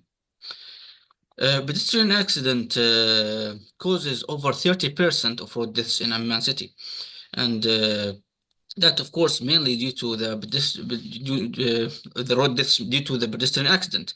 And from 2017 to 2022, based on the governmental data and the police records, there are around 3,511 fatalities, which approximately 98% of the accidents of the pedestrian happened due to the human factors, like, for example, distracted driving, speeding, infrastructure gaps.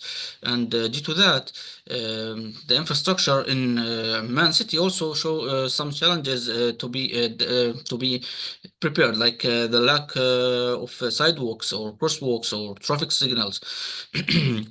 And with that, of course, there must be an impact of the weather, like the hot summers and rainy winters also increase the accident risk.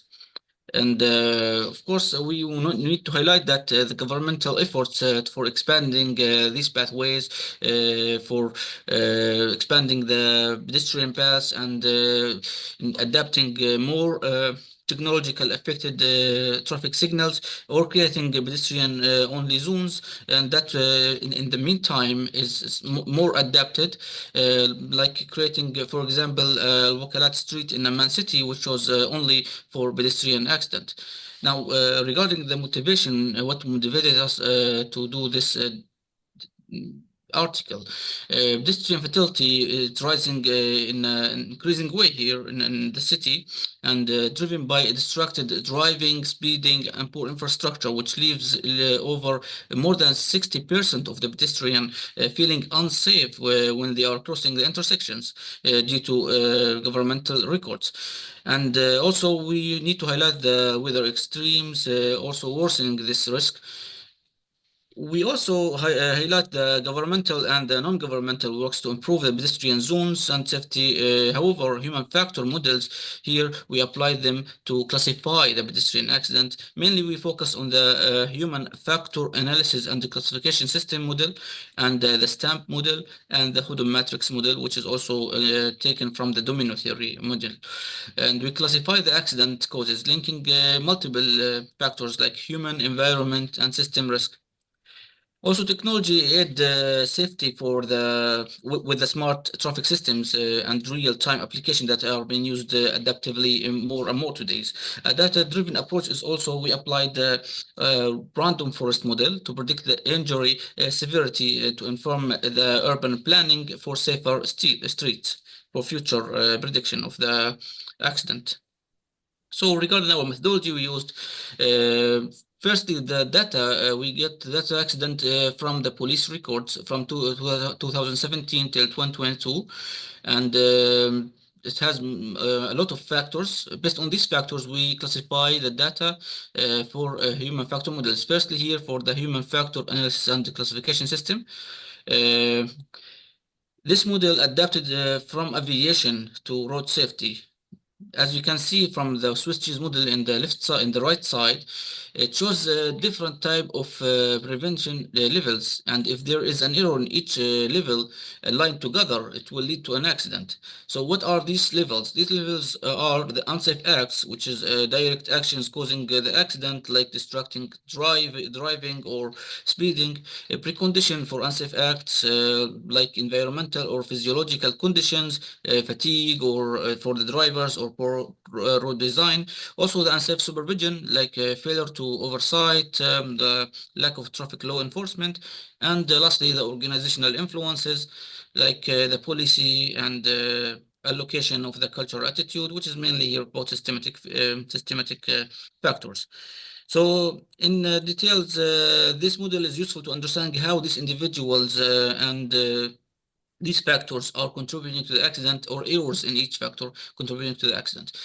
This is for the human factor analysis and the classification model. Now, also the second model we used is the systematic theoretic accident model and process, which is shortly STAMP. Here it focuses for the system failure rather than the individual human errors. So it acts these levels as systems, and there are four components mainly, which is the vehicle control, the mechanisms ensuring the safe vehicle operation. So any malfunction with the vehicle, it could be due to the vehicle control. Also driver control here, which is the driver ability to operate safely, like their attention during the driver, also the skills of the driver. And of course, then we have the environmental condition, like the visibility, the weather, and the safety. And we have the road infrastructure, which is the design and the maintenance of the road, traffic signals, and of course the facility for the pedestrian. Here the STAMP is somehow focusing on the interaction between these elements. So it highlights a systematic failure, providing a broader understanding of the pedestrian safety and risk. And yes, this is for the second human factor model. Now, the third human factor model we used is the Hadoop matrix model. The Hadoop matrix model has a general approach, and based on the purpose we use it, we can specify it.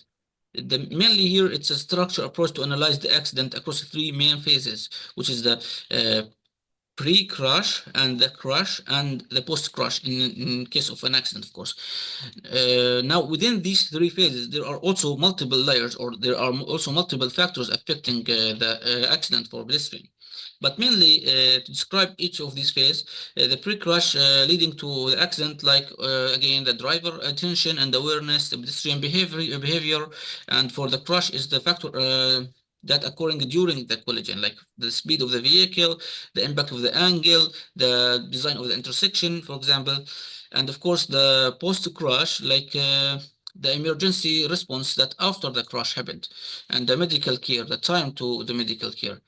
So here we could say that the Hadoop matrix identify these factors for each phase, and try to develop or provide a comprehensive view of pedestrian accident by considering both actions and conditions before, during, and after the crash. And of course, we can consider other factors like environmental factor and human factor, so other factors will be considered. Going to the last section of our methodology, we applied a computational analysis using a random forest method to predict the pedestrian injury severity.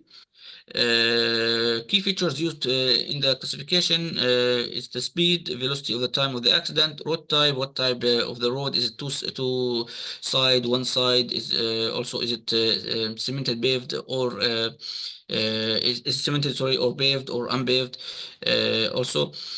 And vehicle category, the type of the vehicle category, is it good heavy vehicle or a passenger vehicle or motorcycle, and also the driver demographics of the age and gender.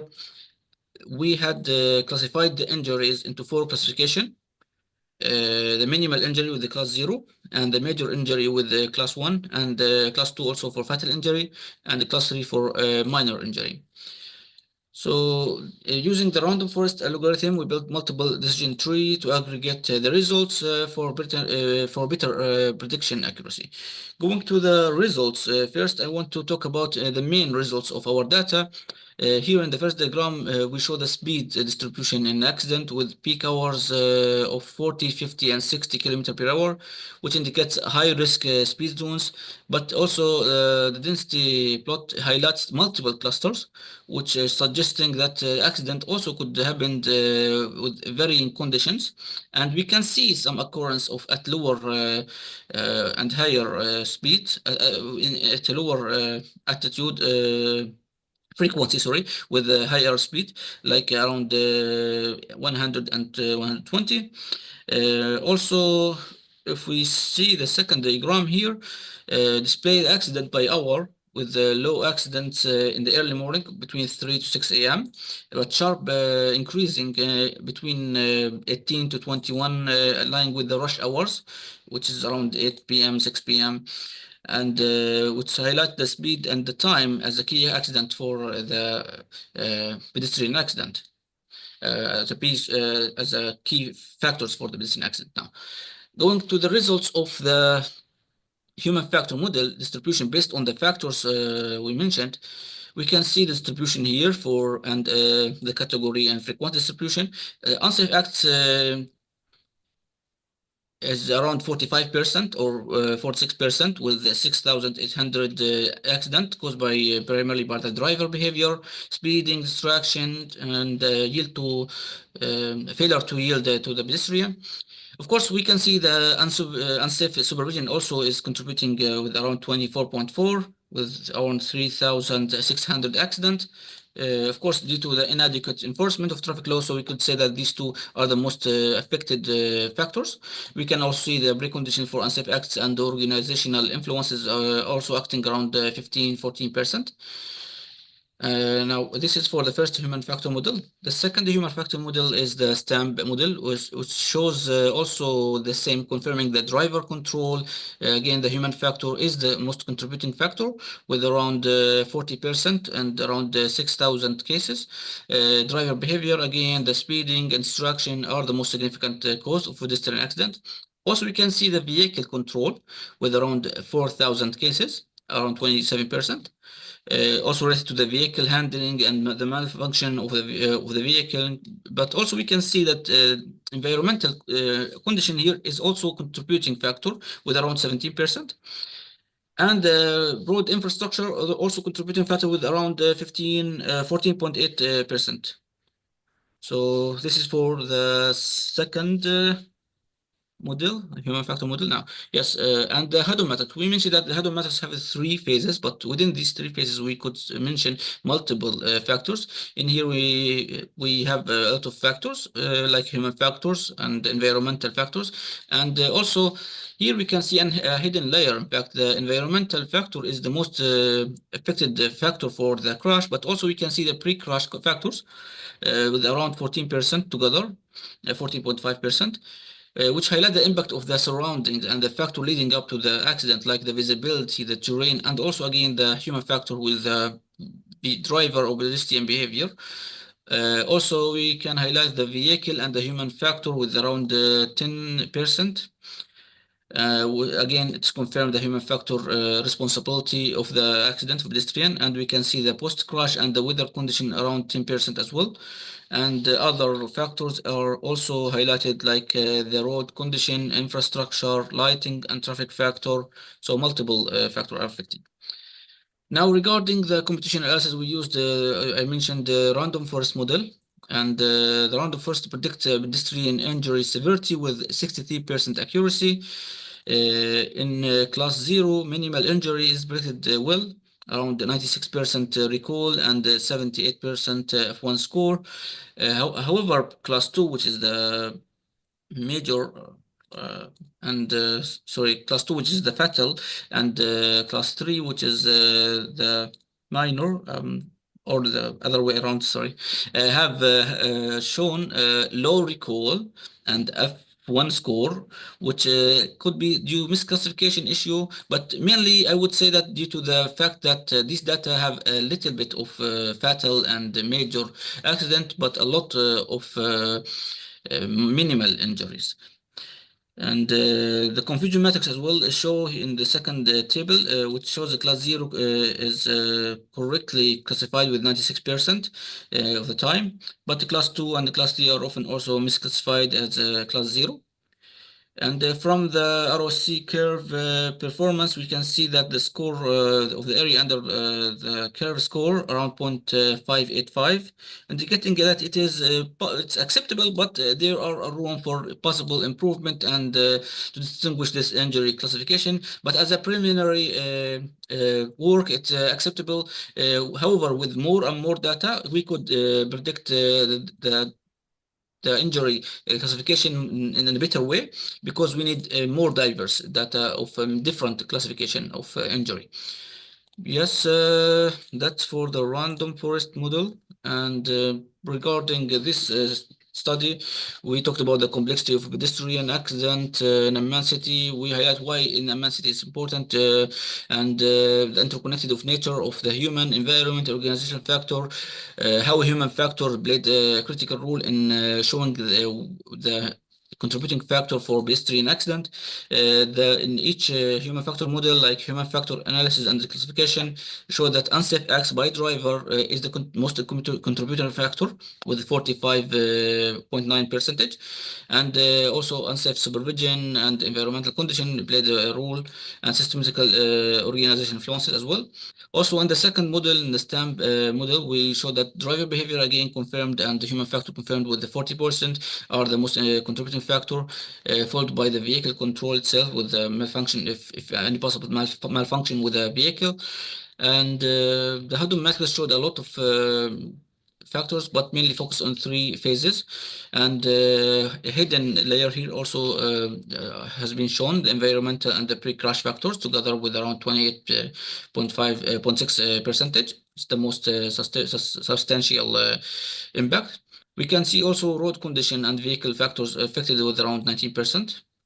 The random forest also provided predictive insights for the injury severity with around 63% of accuracy, which could help to identify the factors influencing pedestrian safety for smarter urban planning for future. And of course, with more and more data, we could predict in a better accuracy. Yes, that's all. As you can see, here's some highlighted references of the topic. And yes, thank you for your attention. Any question is very welcomed. Okay, thank you, Dr. Omar, for your presentation. Any question, please?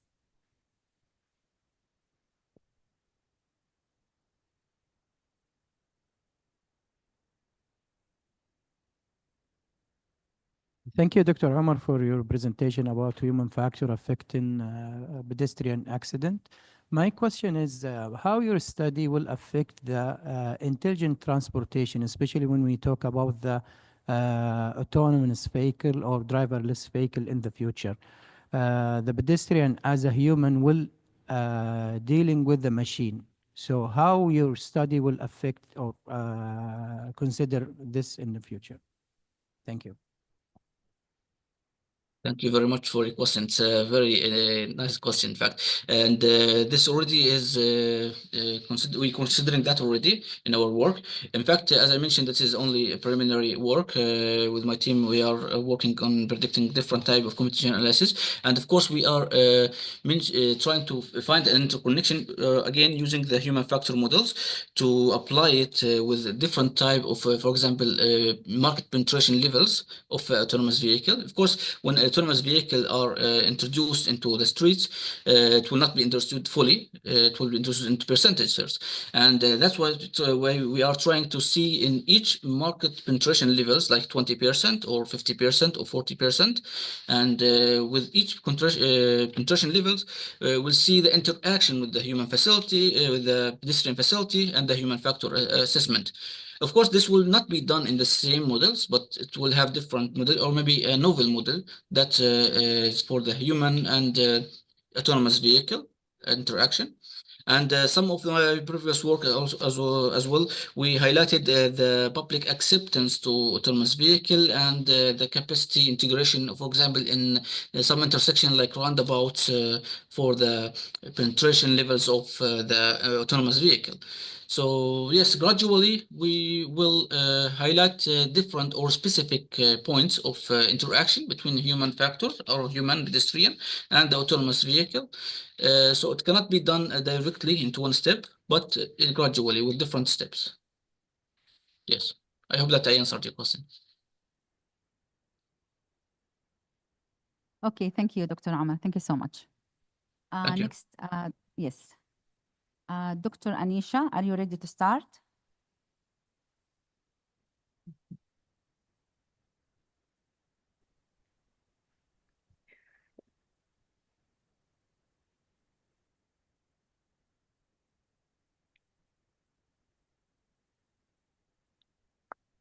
Yes, I'm ready to start.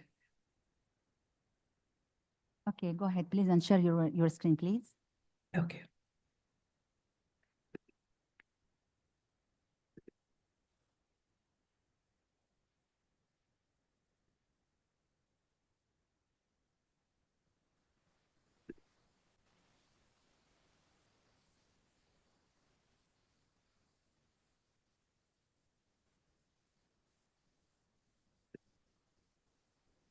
Can you see my screen?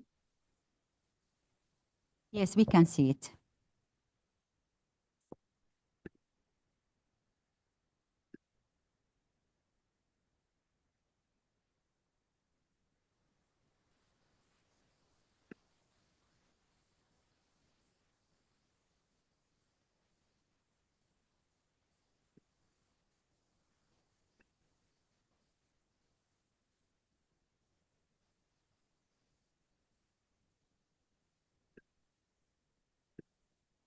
Okay. So good morning, everyone. Today we are going to present our research topic and a systematic review of healthcare challenges due to ethical implications, a PRISMA analysis. This work was done by Dr. Aftab Ara and myself, Dr. Anisha Thomas. It's a pleasure for us to present this topic in front of in this conference. So first of all, we will give you an idea about our research. So first of all, in this rapidly evolving field of healthcare, artificial intelligence presents a significant ethical challenges because we are living in an age of change. And with that change, how the healthcare sector is affected by this change. What are the ethical challenges? That's what we have studied using, and what are the research papers that has come in this field. We have done a systematic literature review in this field, and we have come up with our findings. So according to the Healthcare Tech Outlook, 80% of the healthcare data remains unusable due to lack of structure, leading to potentially biased outcomes. So AI integration in healthcare has the potential to revolutionize the medical services, enhancing the patient outcomes, operational efficiency, and overall healthcare management.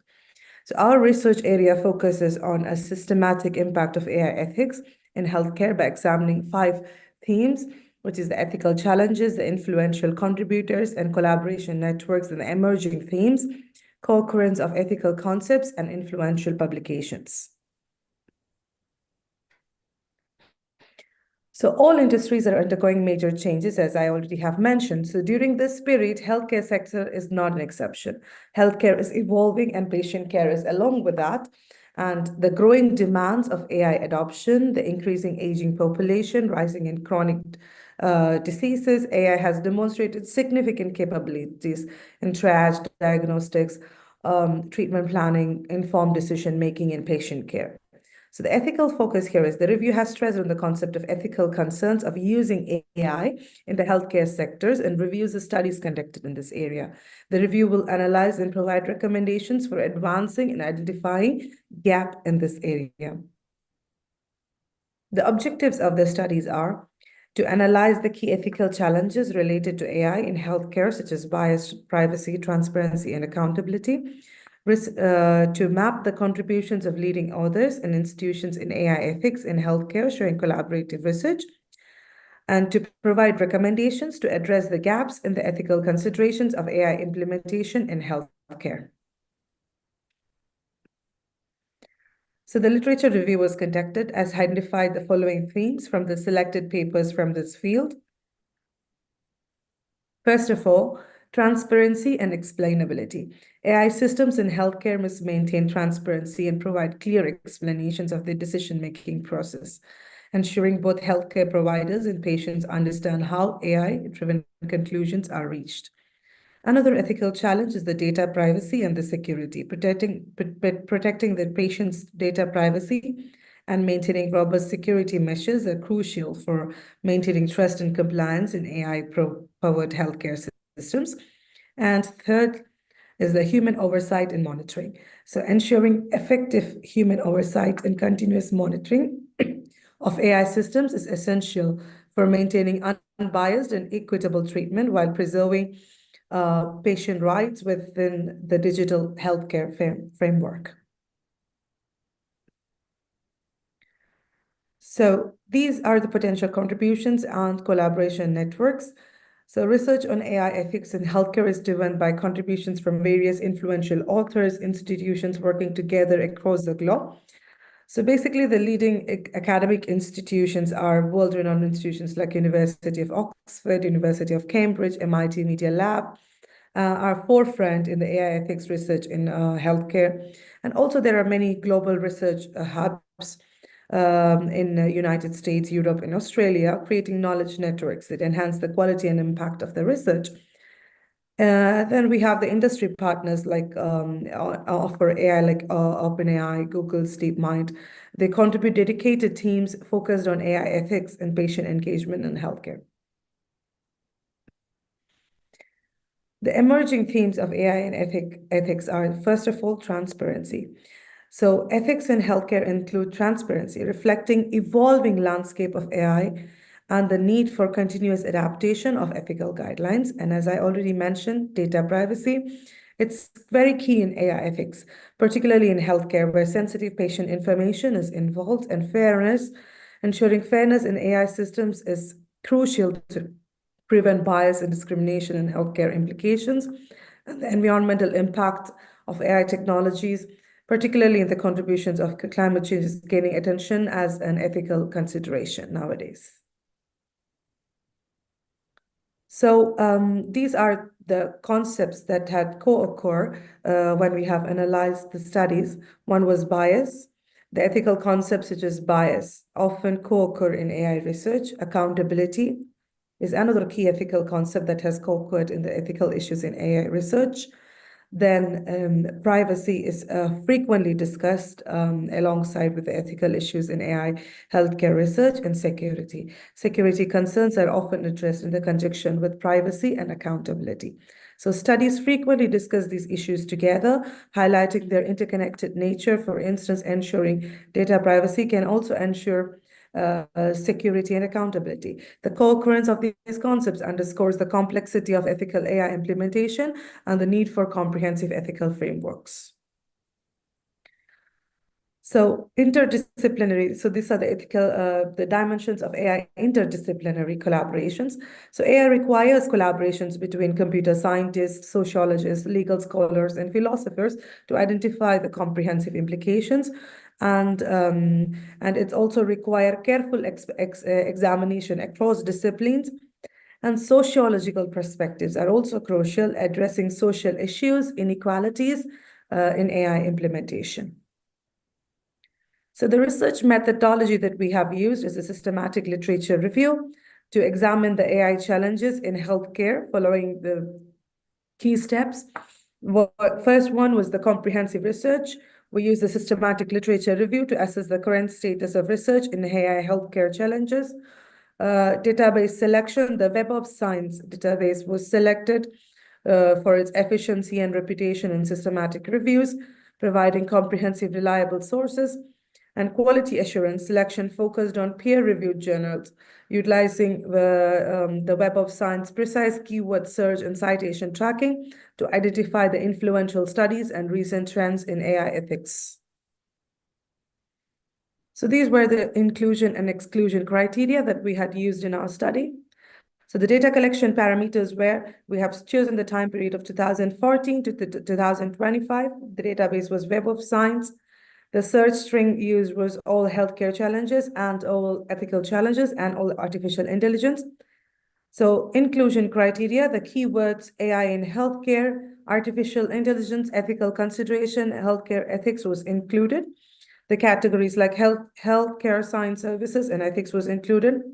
Language was English only. The document type was articles only.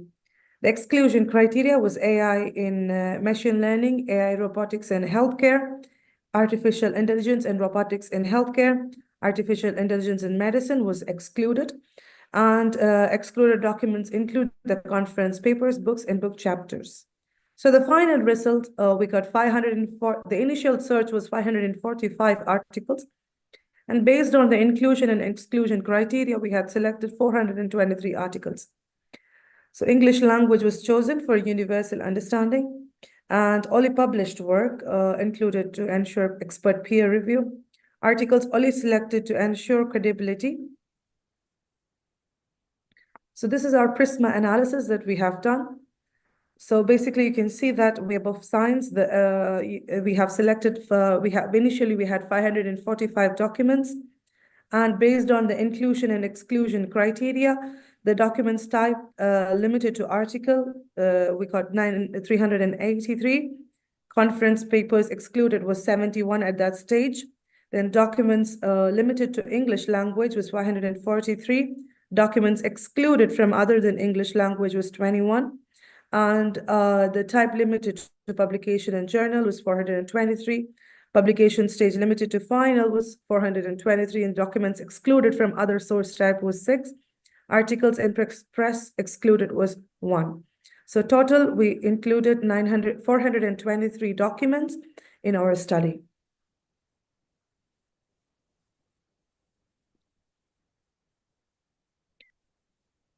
So publication in each category from WOS. So you can see that analysis of Web of Science publications shows uneven distribution across research categories. So healthcare, science, and services represents 70.14% of publications. Ethics-related research comprises of 29.29% of the total publication. The significant disparity highlights a major gap in the ethics-focused research. The gap suggests opportunities for increased research attention and funding in ethics research. This is the year-wise citation report from 2014 to 2024. So you can see that the citation analysis reveals a clear upward trend in publications from 2014 to 2024, with a notable peak in 2020 with 49 publications. So this significant increase coincides with the COVID-19 pandemic, during which there was a heightened adoption of digital technologies in the healthcare settings. So these are the top publishers by volume. You can see that the Journal of Health and Engineering have 90 to 95K publications. So BMC Health Services Residence and J International Communication Ethics Society, International Information Ethics, and HEC Forum. These are the publications that they had. And the key findings shows that the healthcare, engineering, and services dominate the categories. Strong representation of ethics-related journals. Specialized journals show fewer counts, aligning with their focus scope. These are the, we have done used a WOS viewer to do the, to check the co-occurrence with keywords. So general analysis shows that the analysis is divided into 4 color clusters, focusing on ethical and societal aspects. The key terms are ethics, society, framework, responsibility, and privacy. So the cluster green represents healthcare operations. Key terms in this cluster are quality, physicians, and healthcare. Cluster 3 is red, represents ethical framework and governance. Key terms are decentralization, equity, and coverage. Then cluster 4 is purple, focuses on ethics and patients' rights. The key terms are autonomy, trust, ethics, trust, and COVID-19. This is a publication distribution and trends from 2016 to 2024. So the publication timeline and citations range from ethical dimensions and to recent AI healthcare papers. Citation impact is 113 to 292 citations, averaging 146 per paper. Mix of individual researchers and collaborative teams. So majority of large collaborative efforts. The key research areas are healthcare technology and telehealth, AI ethics and implementation, digital transformation, medical ethics. Shift from traditional medical ethics, AI, to digital care. Consistent focus on ethical implications throughout. Recent papers show rapid citation accumulation, particularly in AI and automation. So based on we have done a bibliographic coupling of countries. We can see that China and the United States lead in AI healthcare implementation research efforts. So China's implementation shows rapid AI adoption in healthcare diagnostics and patient care. And European contribution focuses on ethical guidelines through GDPR and addressing patient privacy and confidentiality. Post-COVID effect, publication decline accompanied by shifts in ethical consideration around AI, contact tracing, and public health consent protocols. So based on our study, the major ethical issues that we have identified from the AI in healthcare is bias, privacy, transparency, and accountability. So AI might perpetuate or even magnify the already existing bias in healthcare data, leading to unequal treatment outcomes. Privacy, most of the AI-based applications would necessitate processing large volumes of health data regarding patients, hence raising some key privacy-related concerns. Transparency, most of the AI algorithms represents a black box for understanding the decision-making process. This may reduce trust in such recommendations among health professionals and patients. Accountability, if AI-driven systems results in some failure, accountability then becomes a grand challenge. More importantly, because of the clear guidelines and frameworks of the governance in place, this would ensure accountability for the use of AI in healthcare.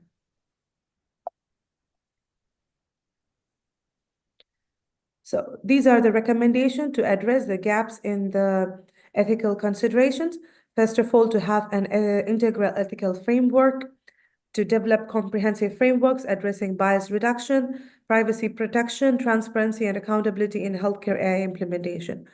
Then to provide education and training, comprehensive training programs for healthcare professionals focusing on ethical implications of AI implementation in clinical settings.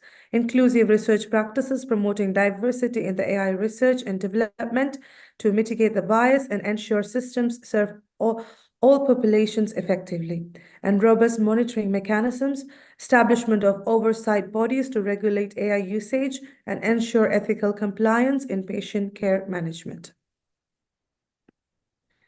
So in conclusion, as we can see that the robust ethics guidelines, education training in health, inclusive approaches to research, and oversight mechanisms to go hand in glove as part of working out the ethical dimensions of AI health. The health sector can ensure benefits ascribed to AI applications with reduced risk associated with the use of these applications, and therefore provide improved patient care and foster trust in the AI technologies.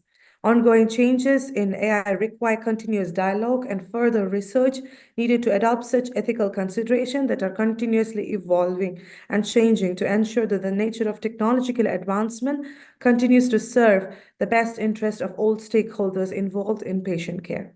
Okay. Thank you for listening. Any questions? Yeah, thank you, Anisha, so much. Anyone have a question? My co-author is also with me, Dr. Aftab Ara. She's also here if you have any questions. Okay. Anyone have a question for them? Thank you, Dr. Anisha. Thank you. Yeah, thank you all. Thank you so much. Thank you.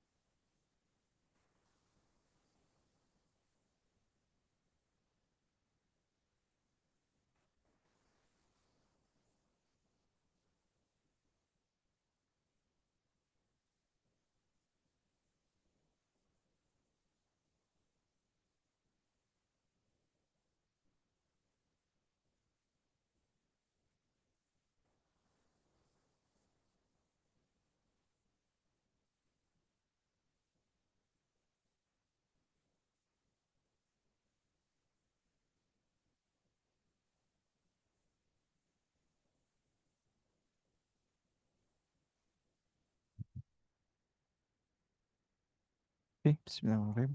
Assalamualaikum warahmatullahi wabarakatuh. Good afternoon, everyone. Thank you for the opportunity. I will try to share our research in title in Nutrimo and Android application for monitoring child growth and preventing stunting using forward chaining algorithm. And our team, Bintang Raharja, and me, Angga Aditya Permana, Analekta Tiara Perdana, Yaman Heru Zaman, David Agustriawan, Marlinda Fasti Overbeek, Alexander Wawaruntu, Sarifah Yuliani, Budi Berlinton Sitorus. Stunting remain a significant public health concern in Indonesia, particularly among children under the age of 5. This condition can lead to growth impairment, cognitive development delay, and an increased risk of disease in the future. According to data from the Ministry of Health in Indonesia, stunting rate was the 30.8% in 2018 and altered in decline to 21.6% in 2022. Future effort are needed to react the 40% target by 2024. One of the primary method for assessing children's nutritional status in anthropometric measurement which involve recording height and weight. However, manual data recording still has many limitations, such as the risk of data loss and difficulty in tracking a growth history.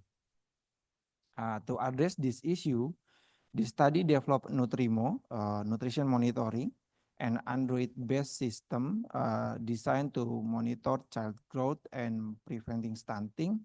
The application utilized the forward chaining method, enabling the determination of nutritional status based on the child age, gender, weight, and height. With the future, Nutrimo not only record growth data, but also provide personalized nutrition recommendation based on the child condition. This technology is expected to assist parent and healthcare professional in detection and managing stunting risk more efficiently and accurately. We have 5 research flow. First, data collection, data processing, system design, implementation, and system testing. In the step 1, data collection and processing, we collect data through literature study, interview with nutritionist and pediatric and observation and health center in Tangerang, Indonesia, then process into system rule to determine nutritional status and recommendation using the forward chaining method. And the next step, system design. Forward chaining is applied in the system to determine nutritional status and provide dietary recommendation based on children growth data with age categories into the following range: 0 until 6 months, 7 until 9 months, 10 until 12 months, 30 until 18 months, and 19 until 24 months. Nutritional status is determined through height for age and weight for height. Identification categories such as severe stunting, normal, overweight, obesity, wasting, and underweight. Supported by a structured database and intuitive user interface to deliver accurate nutritional recommendation. And the last step, the system implementation involve collection children growth data and classification nutrition status using forward chaining with age range and category like stunting, wasting, and obesity for system testing. comparison was made between the result generated by system and expert evaluation. The system classification and dietary recommendation were assessed for accuracy by expert, showing high agreement and validating the system reliability in providing accurate nutritional assessment. And the result and discussion. The testing results show that the system classification children nutritional status with high accuracy comparable to expert assessment to classification including categories like stunting, wasting, obesity, overweight, underweight, and normal show over a 90% agreement. A comparison table between the system and expert can illustrate this table. Okay. The system provide nutritional recommendation based on detected nutritional status. For example, children with stunting are recommendation to increase protein and energy intake, while those with obesity are advised to reduce calorie and increase physical activity. The system classification and nutritional recommendation align with standard guidelines with clear example for each nutritional status category. And this is inference engine for we forward chaining in used to build Nutrimo. That can start with from fact and apply rule to derive new conclusion in the context of a child nutrition system. Facts as age, age for age, and weight for height are used to determine the children nutrition status by applying the relevant rules. The process continues until all applicable rules are applied, producing output such as the children nutrition status and appropriate nutritional recommendation. Now, for all, the system is effective and user-friendly, providing fast and accurate result. Its limitation, including reliance on accurate physical measurement data and the potential for error in extreme cases.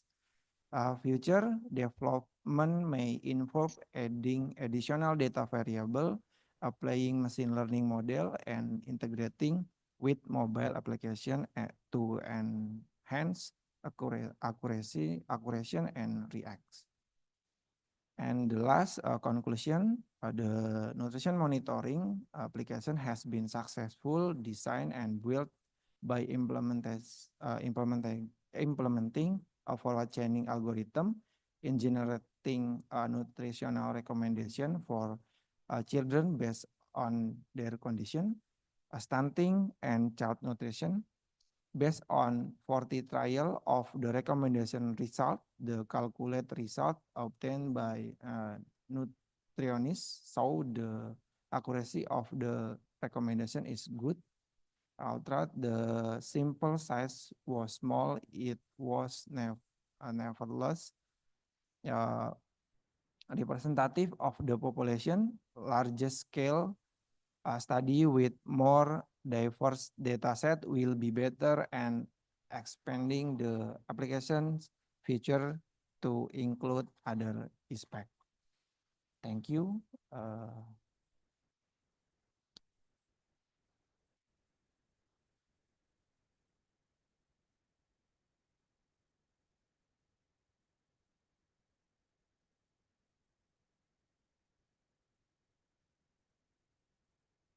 The system adjust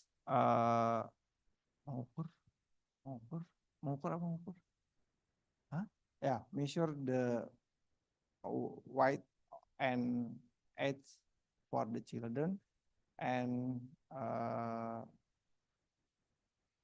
the system, the calculate,